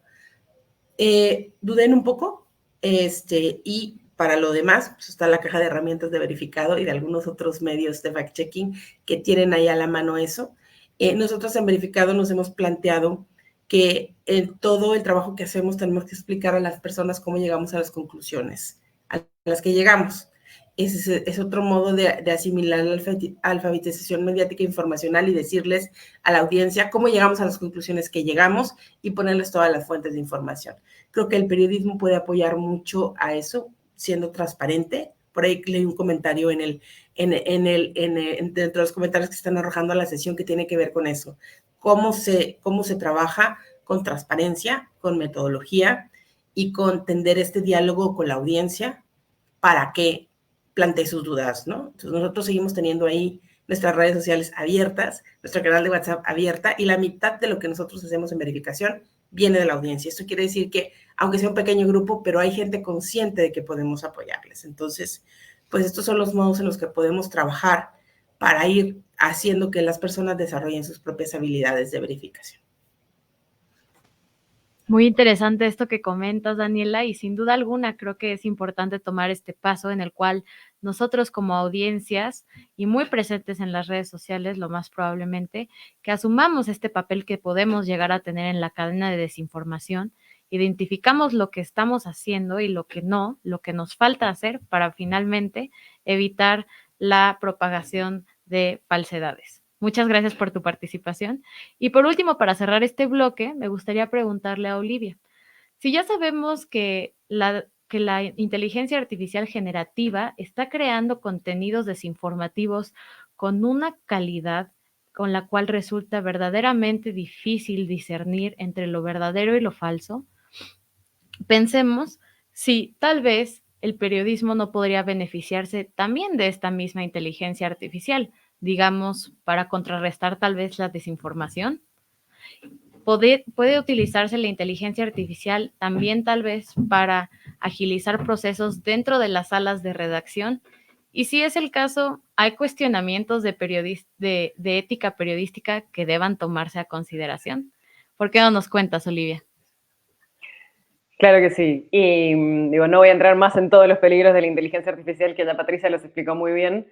A mí me aterra todo lo que se puede venir con esto, pero bueno, ahí estaremos encontrando nuevas herramientas y nuevas formas, y también con mucho de lo que decía Daniela, contando con audiencias más prevenidas también y con una ciudadanía activa en este proceso que lo necesitamos más que nunca.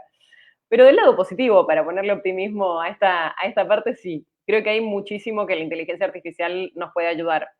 Nosotros, de hecho, desde Chequeado venimos trabajando desde 2015, 2016, no con inteligencia artificial generativa como la que tenemos ahora, pero sí con otras inteligencias artificiales desde ese momento, por ejemplo, en ayudarnos a identificar frases chequeables. Digamos, entre todo lo que se dice, nosotros mirando específicamente lo que ocurre en Argentina, hay muchísimas cosas del discurso público que no llegamos ni a escuchar, ni a ver, ni a saber, sobre todo.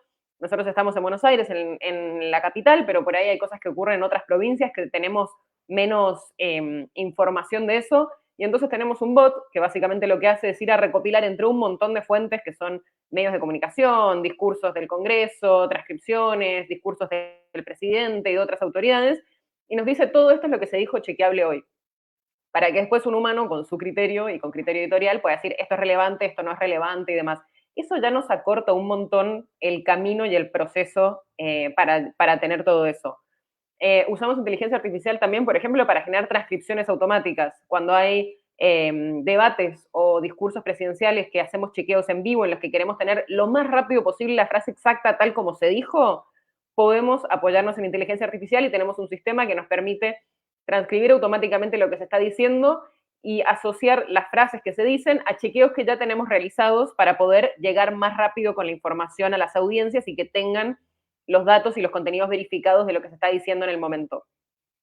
Y en la misma línea estamos trabajando también con aplicar inteligencia artificial y otras herramientas a identificar en redes sociales qué potenciales desinformaciones circulan y de manera estructurada que nos permita también generar bases de datos con las que podemos trabajar.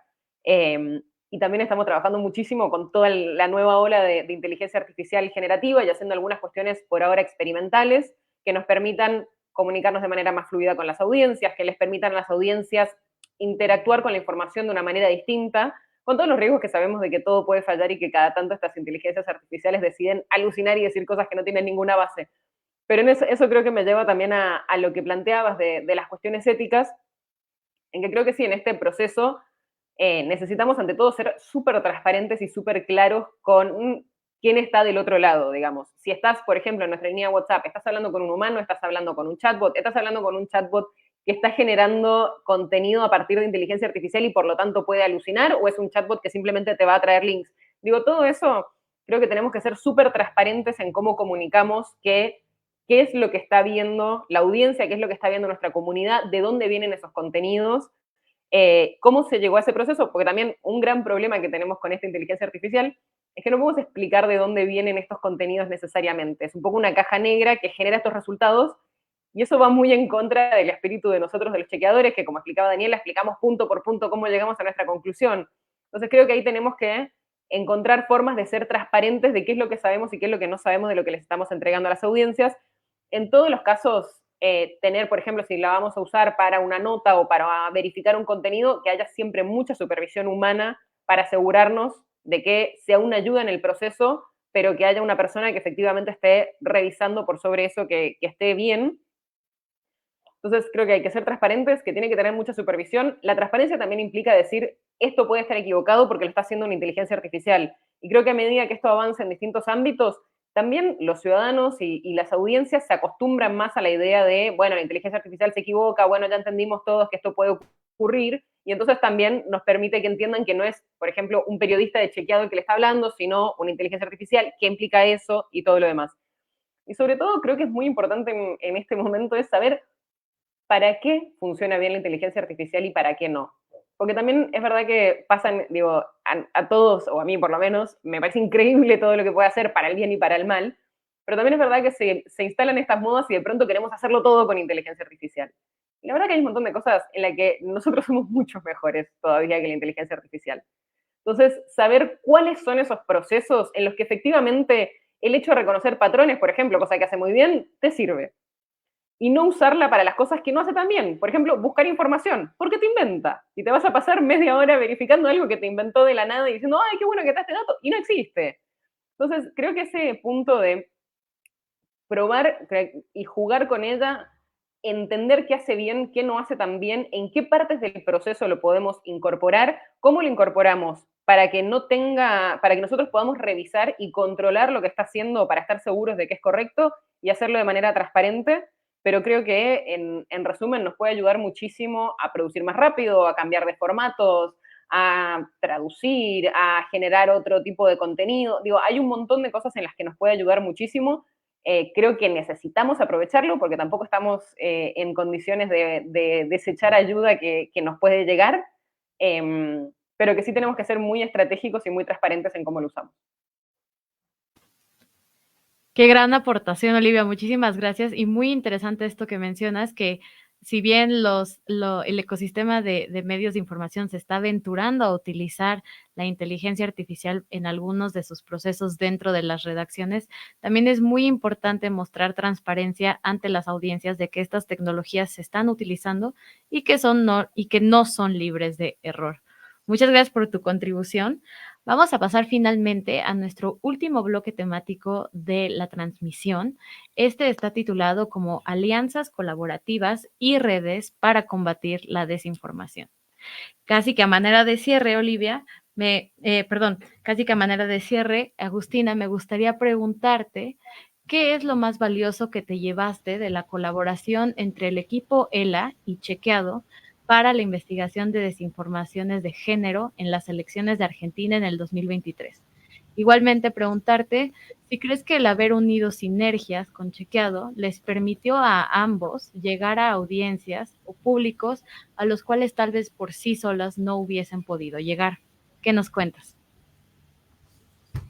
Bien, bueno, la verdad es que con Oli y con Leti, que es otra compañera de Chequeado que también estuvo participando de este monitoreo de desinformaciones, habíamos hablado, ya no recuerdo, pero creo que en el 2022, una primera vez con la posibilidad de empezar a hacer un monitoreo de desinformaciones de género. Entonces era un interés que teníamos ya desde hace bastante tiempo, provocado por Chequeado, por ellas que nos convocaron y nos acercaron, digamos, esta inquietud de empezar a trabajar más profundamente sobre los sesgos de género en la desinformación, que era un tema que realmente desde ELA no habíamos abordado hasta ese momento, y nos pareció súper interesante, sobre todo porque dialogaba muy bien con otra forma que nosotros estamos mirando, que era la violencia política contra las mujeres en redes sociales, ¿no? Entonces nos parecía que también las desinformaciones nos ayudaban a comprender un poco más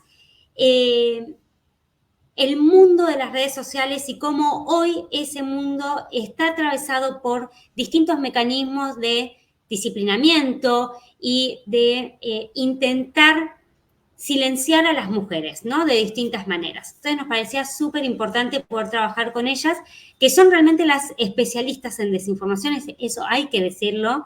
Nosotras apenas metimos la cuchara de la perspectiva de género, que igual ellas ya la tenían, así que fue un diálogo donde más que nada yo diría, nosotras aprendimos muchísimo de este trabajo para poder mirar qué eran las desinformaciones y el impacto que tenía.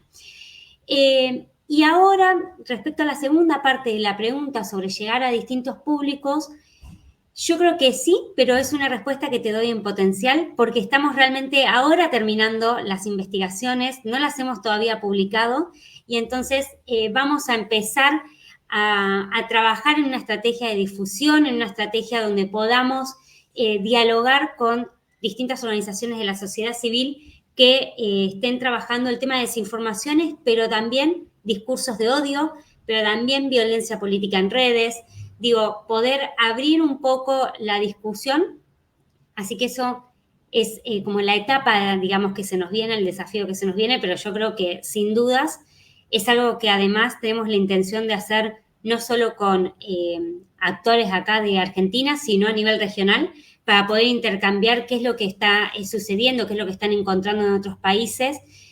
Bueno, como acá Daniel hablaba de México, queremos sin duda hablar con ustedes para ver cuáles son los resultados de desinformaciones después de estas elecciones, a ver si hay un cambio, ¿no? Estamos viendo un poco que quizás, como decía al principio, ya las desinformaciones no son tanto por el género de la persona, sino por la agenda de género. Entonces, explorar un poco esa hipótesis o ver cómo hoy se manifiestan las desinformaciones. Así que yo diría que fue una experiencia súper positiva. Me parece que también, y no únicamente en este tema, creo que en todos los temas, hoy por hoy la sociedad civil que trabaja en cuestiones de fortalecimiento de la democracia, de las instituciones, de los derechos humanos, tiene que trabajar más en alianza, ¿no? Nosotras tenemos la agenda de género, pero hay muchísimas otras agendas con las que tenemos que poder dialogar y discutir porque, como vemos, el ataque viene de distintos lugares, ¿no? Y quizás algo que antes no nos habíamos puesto a reflexionar sobre, digo, por mencionar otra agenda que acá no tocamos, pero la de medio ambiente, ¿no? Digo, como hay otras agendas con las que tenemos que empezar a articular, entonces la de desinformaciones, la de los discursos más reaccionarios, discursos de odio, es un tema que nos tiene que preocupar desde nuestra mirada de género. Así que, bueno, súper positiva. Nos da mucho gusto escuchar que la experiencia haya sido tan positiva y estamos seguros que su investigación va a ser un claro ejemplo de que uniendo esfuerzos con otros aliados, como dices, desde los medios, pero también la sociedad civil y la academia, van a poder llegar a difundir sus resultados a un público muchísimo más amplio. Y ahora sí, tengo una última pregunta para Patricia. Ya veníamos comentando desde los bloques pasados el concepto de la alfabetización mediática e informacional. La DB Academy tiene en Latinoamérica proyectos muy interesantes sobre este tema. Me gustaría aprovechar la ocasión para que nos platiques sobre algunos de ellos que hayan implementado en este ámbito y también que nos recuerdes por qué la alfabetización mediática e informacional, también conocida como AMI, es una herramienta esencial para contrarrestar la desinformación. Claro que sí. Les voy a contar un poco a manera de una probadita en un par de ejemplos para también pues compartir un poco a qué saben, cómo se sienten, cómo se lleva a la práctica este concepto, que más que un concepto lo llevamos a cabo como una forma de abordar de manera holística, como compartía en un inicio, fenómenos como la desinformación y estamos súper motivados, súper contentos de además llevarlo de una manera multisectorial. Entonces, bueno, ya que vemos aquí un respaldo visual, les puedo contar que el primer pilar del que llevamos a cabo es desde la formación, Esto incluye la educación formal y también la educación no formal o continua, para integrar la AMI, que es la alfabetización mediática informacional, o tal vez también alguno de ustedes puede conocerla como sus siglas en inglés, MIL, que viene de Media and Information Literacy. Lo hemos integrado junto con nuestros socios en el currículo escolar para además alcanzar a principalmente sectores, como contaba hace un momento, sectores marginados, por ejemplo, en zonas rurales. El ejemplo que ven ahorita es de Guatemala, de nuestro socio ASEC, la Asociación de Servicios Educativos y Culturales, que llega a más de 12,000 jóvenes indígenas en Guatemala que están excluidos, sino del sistema educativo en general. También se acompaña con una formación sistémica para educadores y multiplicadores, pues ahí hay una gran deuda también de alfabetización mediática informacional, es decir, cómo a través de la escuela también se puede abordar esta necesidad de desarrollar competencias que nos permitan como ciudadanos poder relacionarnos con los medios de comunicación, con los contenidos mediáticos de una manera más inteligente y proactiva sobre todo. Entonces se lleva a cabo programas de formación, como ven en esta imagen. Aquí están unos libros de escuela, pero más allá de libros, pues se habla sobre lo que sucede en las redes sociales. También como parte del pilar de formación, pues llevamos a cabo programas de desarrollo de capacidades, de fortalecimiento de capacidades, de hecho, de mentorías y de tutorías dirigidos a distintos actores, como medios de comunicación, donde incluyen, por ejemplo, editores o periodistas locales y otros actores de la sociedad civil para apoyar el desarrollo de sus propias iniciativas de AMI. Trabajamos siempre desde una perspectiva constructiva, colaborativa. Por ejemplo, hace un momento Daniela conversaba acerca de increíbles trabajos en conjunto que hemos hecho con Verificado.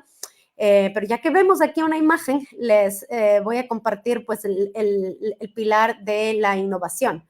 Esto es transversal en realidad, desde la parte de formación y sobre todo de formatos dinámicos, interactivos para fomento de la reflexión y del diálogo público.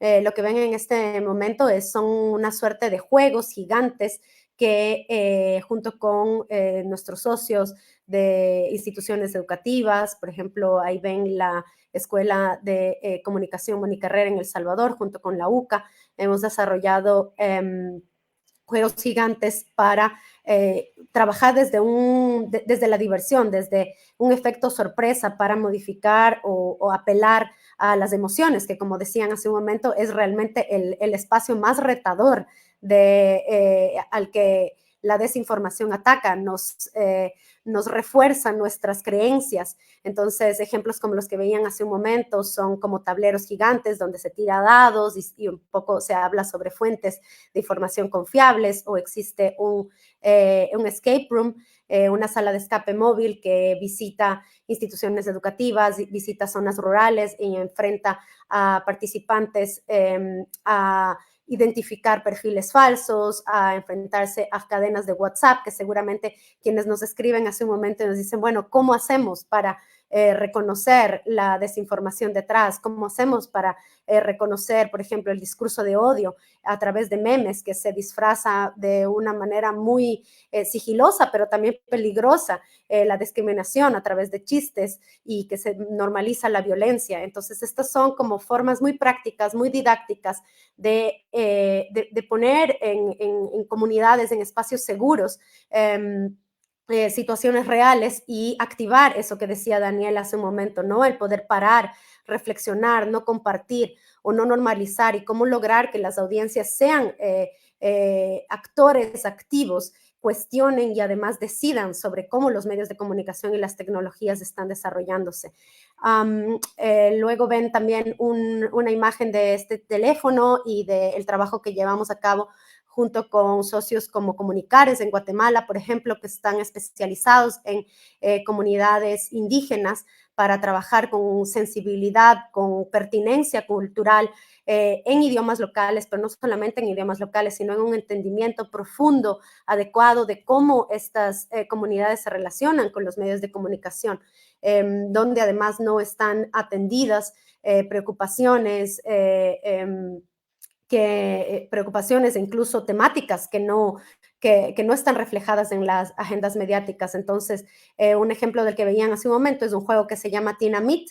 El nombre viene de la palabra pueblo en la gran mayoría de idiomas maya en Guatemala, y se ha desarrollado es un juego a manera de una novela visual donde los participantes toman decisiones por personajes. Son 5 personajes que forman parte de este juego, y se hace evidente primero cómo tomar decisiones en la vida, pero además cómo estas decisiones marcan el rumbo de la vida de estos personajes, y esto pues se puede lograr una analogía con la vida de jóvenes indígenas o miembros simplemente de comunidades locales en Guatemala. También lo hemos testeado, compartido en otros contextos similares.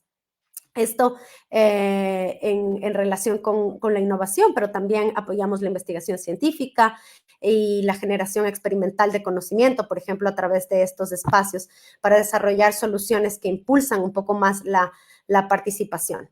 Pero luego un pilar fundamental para nosotros, y además como perteneciendo a Deutsche Welle como un medio de comunicación público internacional de Alemania, es precisamente llevar a cabo la AMI a través de los medios de comunicación. Y este pilar tiene 2 aristas. Por un lado es el fomento de la creación de contenidos con audiencias, junto con medios digitales independientes, locales, comunitarios, y refuerza el derecho de la libertad de expresión. Esto implica, por ejemplo, campañas mediáticas, además con componentes de alfabetización mediática informacional a largo plazo, como el que hemos trabajado junto con Verificado, pero también implica la formación de periodistas y el fortalecimiento de la interacción de los medios de comunicación con sus audiencias, y en ello hago una parada con el trabajo que llevamos a cabo con nuestro socio en México, Periodistas de a Pie, que es una red de medios locales en todo el territorio del país para fortalecer precisamente cómo se construyen agendas mediáticas con un diálogo cercano con las audiencias, con un entendimiento de dónde están estas temáticas, estos huecos de información que hablábamos hace un momento, que forman parte de uno de los riesgos más grandes de la desinformación, más allá de la manipulación, sino esos huecos de información, donde no me dicen o no están hablados las temáticas que preocupan, que tienen que ver con los problemas cotidianos de la gente, y esto tiene además que ver con un esfuerzo de la reconstrucción de la confianza, cómo verificar que el periodismo de calidad, verificable, además está siendo útil para el día a día con las audiencias. En este sentido, pues Periodistas de a Pie también ha abordado algunos de los temas que mencionaban hace un momento, como la inteligencia artificial, por ejemplo, también tiene ciertas ventajas y puede ayudar a automatizar el reconocimiento de narrativas, puede ayudar a que ciertos procesos que tienen que ver con reconocimiento de información, de fact-checking, se fortalezca en situaciones más limitadas, pero que toda la creación de opinión, el análisis, la creatividad, la reflexión no estén sustituidas, como ya decían hace un momento, que esté realmente cercano a la gente. Entonces, estas son algunas de las muestras de cómo la alfabetización mediática informacional puede fomentar el pensamiento crítico desde las audiencias, pero también desde el periodismo. Y yo creo que muy importante es eso, que el fortalecimiento de una ciudadanía, de una colectividad participativa no está solamente en manos de los medios de comunicación y del periodismo, sino que todas y todos tenemos una responsabilidad y un enorme poder para que estos valores democráticos estén protegidos, defendidos, y que también pues logremos un mejor diálogo y cohesión social. Y para terminar, quiero compartirles un recurso. Nos pedían hace un momento, también veía en los mensajes, de pronto alguna plataforma que podamos compartir con la audiencia donde se pueda ver algunos recursos, y pongo en el chat una guía de aprendizaje, de entendimiento muy ligero, muy dinámico, que DW Academy hemos producido, se acaba de lanzar hace muy poco y tiene una serie de recursos visuales como videos explicativos de distintos contextos de desinformación en el mundo, pero también, por ejemplo, esta propuesta de modelo de creación de soluciones un poco más holístico que combinan recursos o respuestas a corto plazo, pero también a mediano y a largo plazo. Así que les invitamos, por el momento está únicamente en inglés, pero esperamos que próximamente también tengamos algunas alternativas en español y pues también siempre estamos súper gustosos de darles la bienvenida, de trabajar en conjunto en lo que nosotros entendemos como una comunidad de práctica para enfrentar la desinformación. Patricia, muchísimas gracias por esta explicación tan minuciosa de varios de los proyectos que tienen en la región. Sin duda alguna, resulta muy interesante que desde juegos, pero también desde material para las escuelas, se esté intentando incidir y llegar a las personas jóvenes, que muchas de ellas ya son prácticamente nativas de la era digital, pero también hacia que estén dirigiendo sus esfuerzos hacia aquellas comunidades que aún cuentan con un claro rezago en acceso a tecnologías. Esto es muy importante y qué bueno que existan estos proyectos junto con la Deutsche Welle Academy para combatir la desinformación desde la alfabetización mediática e informacional. Con mucho gusto estaremos pasando el recurso que nos acabas de compartir a las audiencias a través de nuestro chat. Y bueno, con esto concluimos nuestro cuarto y último módulo temático del panel de nuestro panel de desinformación. Pero antes de despedirnos, vamos a tener un momento para poder leer las respuestas que nos hizo llegar el público, esto a través de quienes nos estuvieron siguiendo por la plataforma de Facebook. Y bueno, antes de que empecemos a leer las preguntas, les compartimos una dinámica que tenemos para todos ustedes en la plataforma de Menti. En pantalla pueden ver dos maneras a través de las cuales pueden unirse a nuestra dinámica, ya sea escaneando el QR o ingresando a www.menti.com. Sus respuestas estarán siendo visualizadas en tiempo real en nuestra pantalla. Vamos a dar unos minutos para esta actividad y continuaremos con las preguntas y la última parte de nuestra transmisión.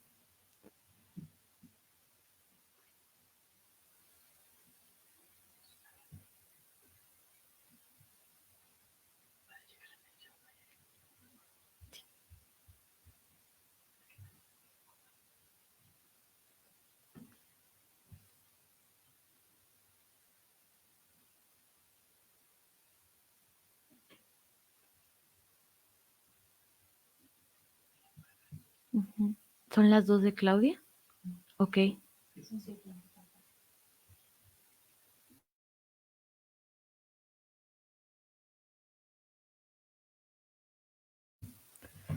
Vamos a ir comenzando a responder dos preguntas que nos llegaron. La primera de Cristina Müller.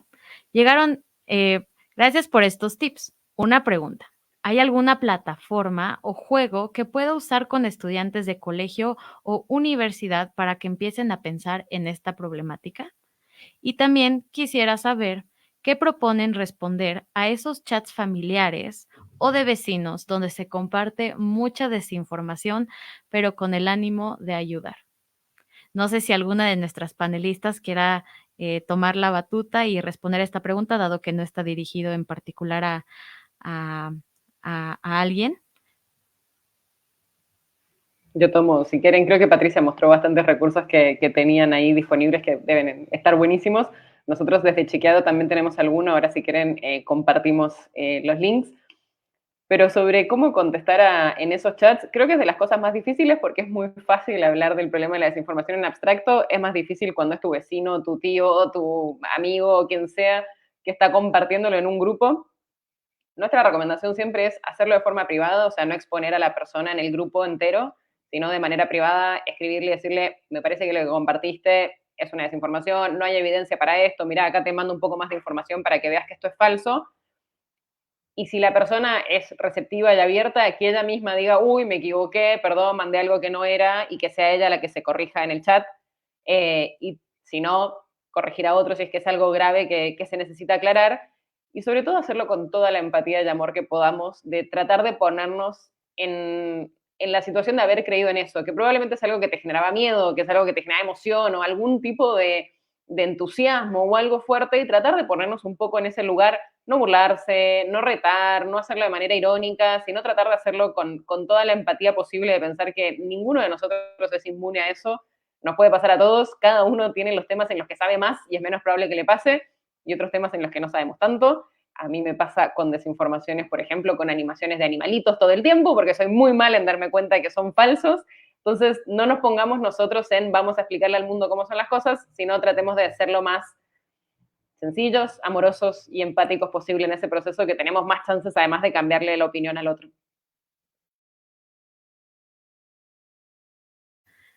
Tenemos otra pregunta, esta vez de Pedro Núñez. En la mayoría de los casos, una disculpa, me acaba de sacar de la plataforma, pero en unos momentos regresamos, retomaremos esta pregunta en lo que recobró el acceso a la plataforma.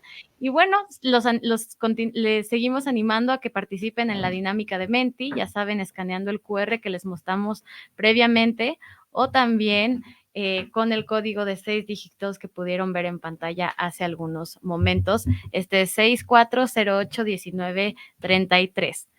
Y bueno, vamos a continuar con la pregunta que estábamos mencionando hace poco. En la mayoría de los casos nos informan, es decir, que no podemos comprobar los hechos con nuestros propios ojos. En estos casos, ¿es posible llegar a una certeza absoluta de que la información es verídica o falsa? ¿Alguien que guste animarse a responder esta pregunta? Yo creo que es una cuestión a la que siempre nos enfrentamos los medios de comunicación en general y los fact-checkers en particular. Tenemos que también reconocer cuando tenemos ciertas limitaciones en el acceso a la información como periodistas y decir, esto es lo que sabemos hasta ahora, esto es lo que podemos comprobar, esta es la información. No hay error, no hay falla, no hay falta de profesionalismo cuando se reconoce que tenemos limitaciones en el acceso a la información.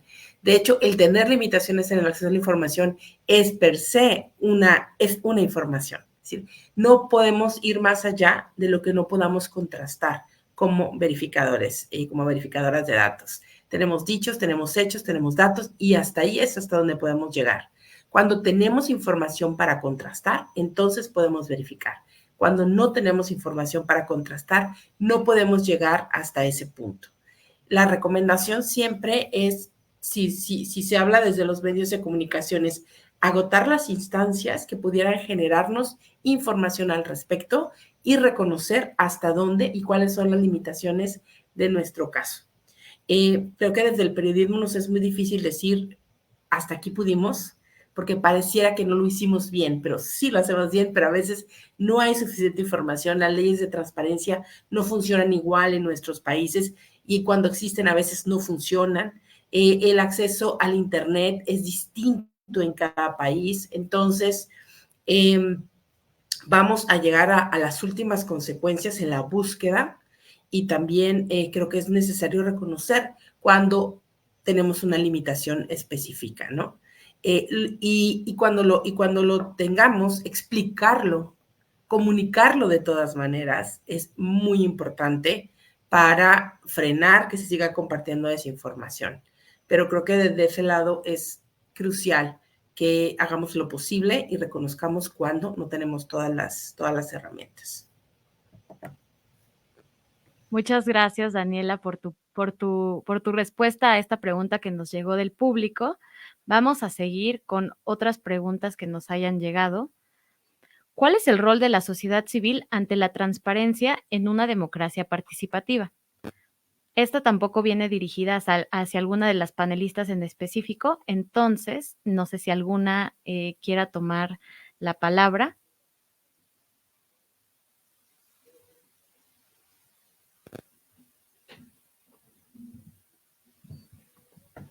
Bueno, otra vez. Gracias. Yo creo que el caso es la exigencia, ¿no?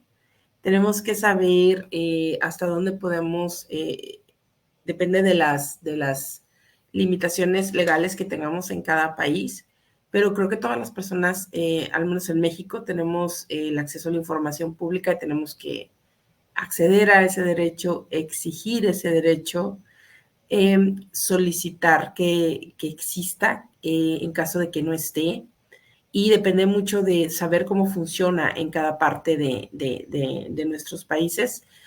Al menos en México puedes hacer una solicitud de cualquier modo, puedes hacerla verbal, puedes hacerla por escrito, puedes hacerla por internet, puedes poner tu nombre, puedes no poner tu nombre, incluso la información se hace pública una vez que ya fue, o sea, las peticiones de información se hacen públicas una vez que han sido resueltas. Entonces, al menos en el Portal Nacional de Transparencia hay miles, por no decir millones de respuestas a preguntas que ha hecho tanto el periodismo como la audiencia. Tenemos que defender las instituciones que tienen que ver con la transparencia y tenemos que hacerlas trabajar en el sentido de solicitarles constantemente información, así de los sujetos obligados a la transparencia. Desde la academia, desde el periodismo, se utilizan mucho estas herramientas, pero la mayor parte de la ciudadanía no lo hace. Ejercítenlo, háganlo así como van a votar, que a veces es el único deber cívico que cumplimos. Creo que también podemos, a través de la exigencia de respuestas, solicitar a la autoridad que sea transparente con el uso de los recursos, con las decisiones. Creo que el único modo de participar activamente es pidiendo información. Y bueno, tenemos una última pregunta del público antes de nuestro cierre del panel de desinformación. Hola, muy buen panel, una pregunta. ¿Qué habilidades puedo desarrollar para tener un ojo más crítico al ver noticias en redes sociales y saber identificar cuando algo es desinformación o no? Bueno, yo puedo comentar al respecto. Muchas gracias por esa muy buena pregunta. Yo creo que la primera es saber que la desinformación apela a nuestras emociones. Lo mencionaban hace un momento, pero realmente es donde más conscientes debemos estar, ¿no? De que cuando una imagen, cuando un titular te hace que venga una emoción muy fuerte hacia ti, puede ser de ira, de indignación, te hace dudar, activa mucho las alertas. Y luego suena un poco más teórico, pero lo quiero compartir con ustedes, de estas 5 competencias que la alfabetización mediática informacional sugiere, activarlas para analizar o entender, relacionarnos con la información de una manera más crítica. Y estas son el acceso, que tiene que ver con cómo lograr identificar, llegar a fuentes que te van a dar información creíble, confiable, y como decía Daniela, no darte por vencido. Muchas veces pues suena como súper oficial, y obviamente encontrar información de medios creíbles, de fuentes creíbles, de instituciones oficiales es esencial, pero también tiene que ver con acudir a quienes tú sabes que de pronto te pueden dar buenas pistas, y no ahorrarte ese esfuerzo. Hace muchísimo la diferencia el acceso. Luego se habla mucho del análisis, la capacidad de poder darle un ojo de quién viene esa información, quién lo emite, cuándo se emitió, de qué fuente estamos hablando. Es absolutamente importante para descubrir cuáles son los intereses también detrás de la información que está, con la que te enfrentes. Luego está la reflexión. Cuando damos un ojo a nuestras emociones y sabemos que desde ahí somos lo más vulnerables o manipulables, entonces tenemos la posibilidad de dar un alto y parar, ok, ¿qué puede ser realmente la intención? Todo contenido, toda acción es evidentemente subjetiva, y reconocer de dónde vienen también me da la posibilidad de contrastarla, de acudir a otros espacios y también de reconocer como qué es lo que está haciendo conmigo. Y luego vienen 2 competencias súper clave, que tienen que ver con la capacidad de crear, de no ser espectadores solamente de lo que pasa en los medios de comunicación, tomando en cuenta todos los canales de comunicación, sino también de crear. Creo que hoy por hoy todos tenemos a nuestro alcance la capacidad, somos agentes de información, emitimos constantemente información, y crear este diálogo, crear mensajes, videos, nos da también una enorme responsabilidad, y esto lleva a la última competencia, que es la acción. precisamente conscientes, responsables de ese poder, porque sabemos que no solamente las fuentes públicas tienen una enorme influencia, sino nosotros en nuestras comunidades de amigas, de amigos, de familiares. Estamos también construyendo una opinión pública que luego tiene un efecto en las decisiones individuales y colectivas. Y con eso hago referencia a uno de los recursos que compartí hace un momento. Aquí estamos mandándoles varios links de organizaciones con las que hemos compartido ahora en esta súper nutrida charla, y es que estas competencias que les comentaba ahorita están reflejadas en un recurso que se llama Los héroes y los villanos de la AMI, de la alfabetización mediática informacional. Estas competencias están personificadas en personajes que son los héroes, pero también están enfrentando a las amenazas, a todos los retos del sistema informativo, del ecosistema mediático a través de los villanos, que ya pueden imaginarse cuáles son. El discurso de odio, todas nuestras amenazas a la privacidad, y eso se puede llevar de una manera como muy digerible y muy didáctica a, como preguntaban ustedes, a un espacio escolar, pero también simplemente a un diálogo público, a un juego, y hacer que este diálogo realmente sea profundo, cercano a la gente, y que nos lleve también a decidir ser parte de cómo se construyen los medios de comunicación y en general nuestro ecosistema mediático. Muchas gracias, Patricia. Y con esto llegamos finalmente al final de nuestra transmisión, pero no me voy sin antes agradecer por una última vez a nuestras 4 panelistas, primero que nada por su tiempo, segundo por sus valiosas contribuciones, y tercero por una conversación tan rica que estoy seguro que para todo el público que nos estuvo siguiendo va a resultar muy enriquecedora. Les invitamos también a que si quieren seguir conociendo sobre el tema, puedan seguir de cerca los contenidos que vamos a seguir publicando sobre nuestra campaña Juntos contra la Desinformación. Estos mismos ya fueron publicados originalmente en otros momentos, pero vamos a estar volviendo a compartirlos, y también estaremos compartiendo en la sección de comentarios todos estos recursos muy valiosos que nos hicieron llegar nuestras panelistas. No olvidemos que la desinformación crea caos y confusión en nuestras sociedades, nos divide, y también puede debilitar a nuestras instituciones y valores democráticos. Pero si algo es seguro, es que juntos podemos combatirla. Sigamos juntos contra la desinformación. A nombre del Centro Alemán de Información, les doy las gracias por acompañarnos y hasta la próxima. Gracias. Hasta luego. Gracias, chicas. Gracias.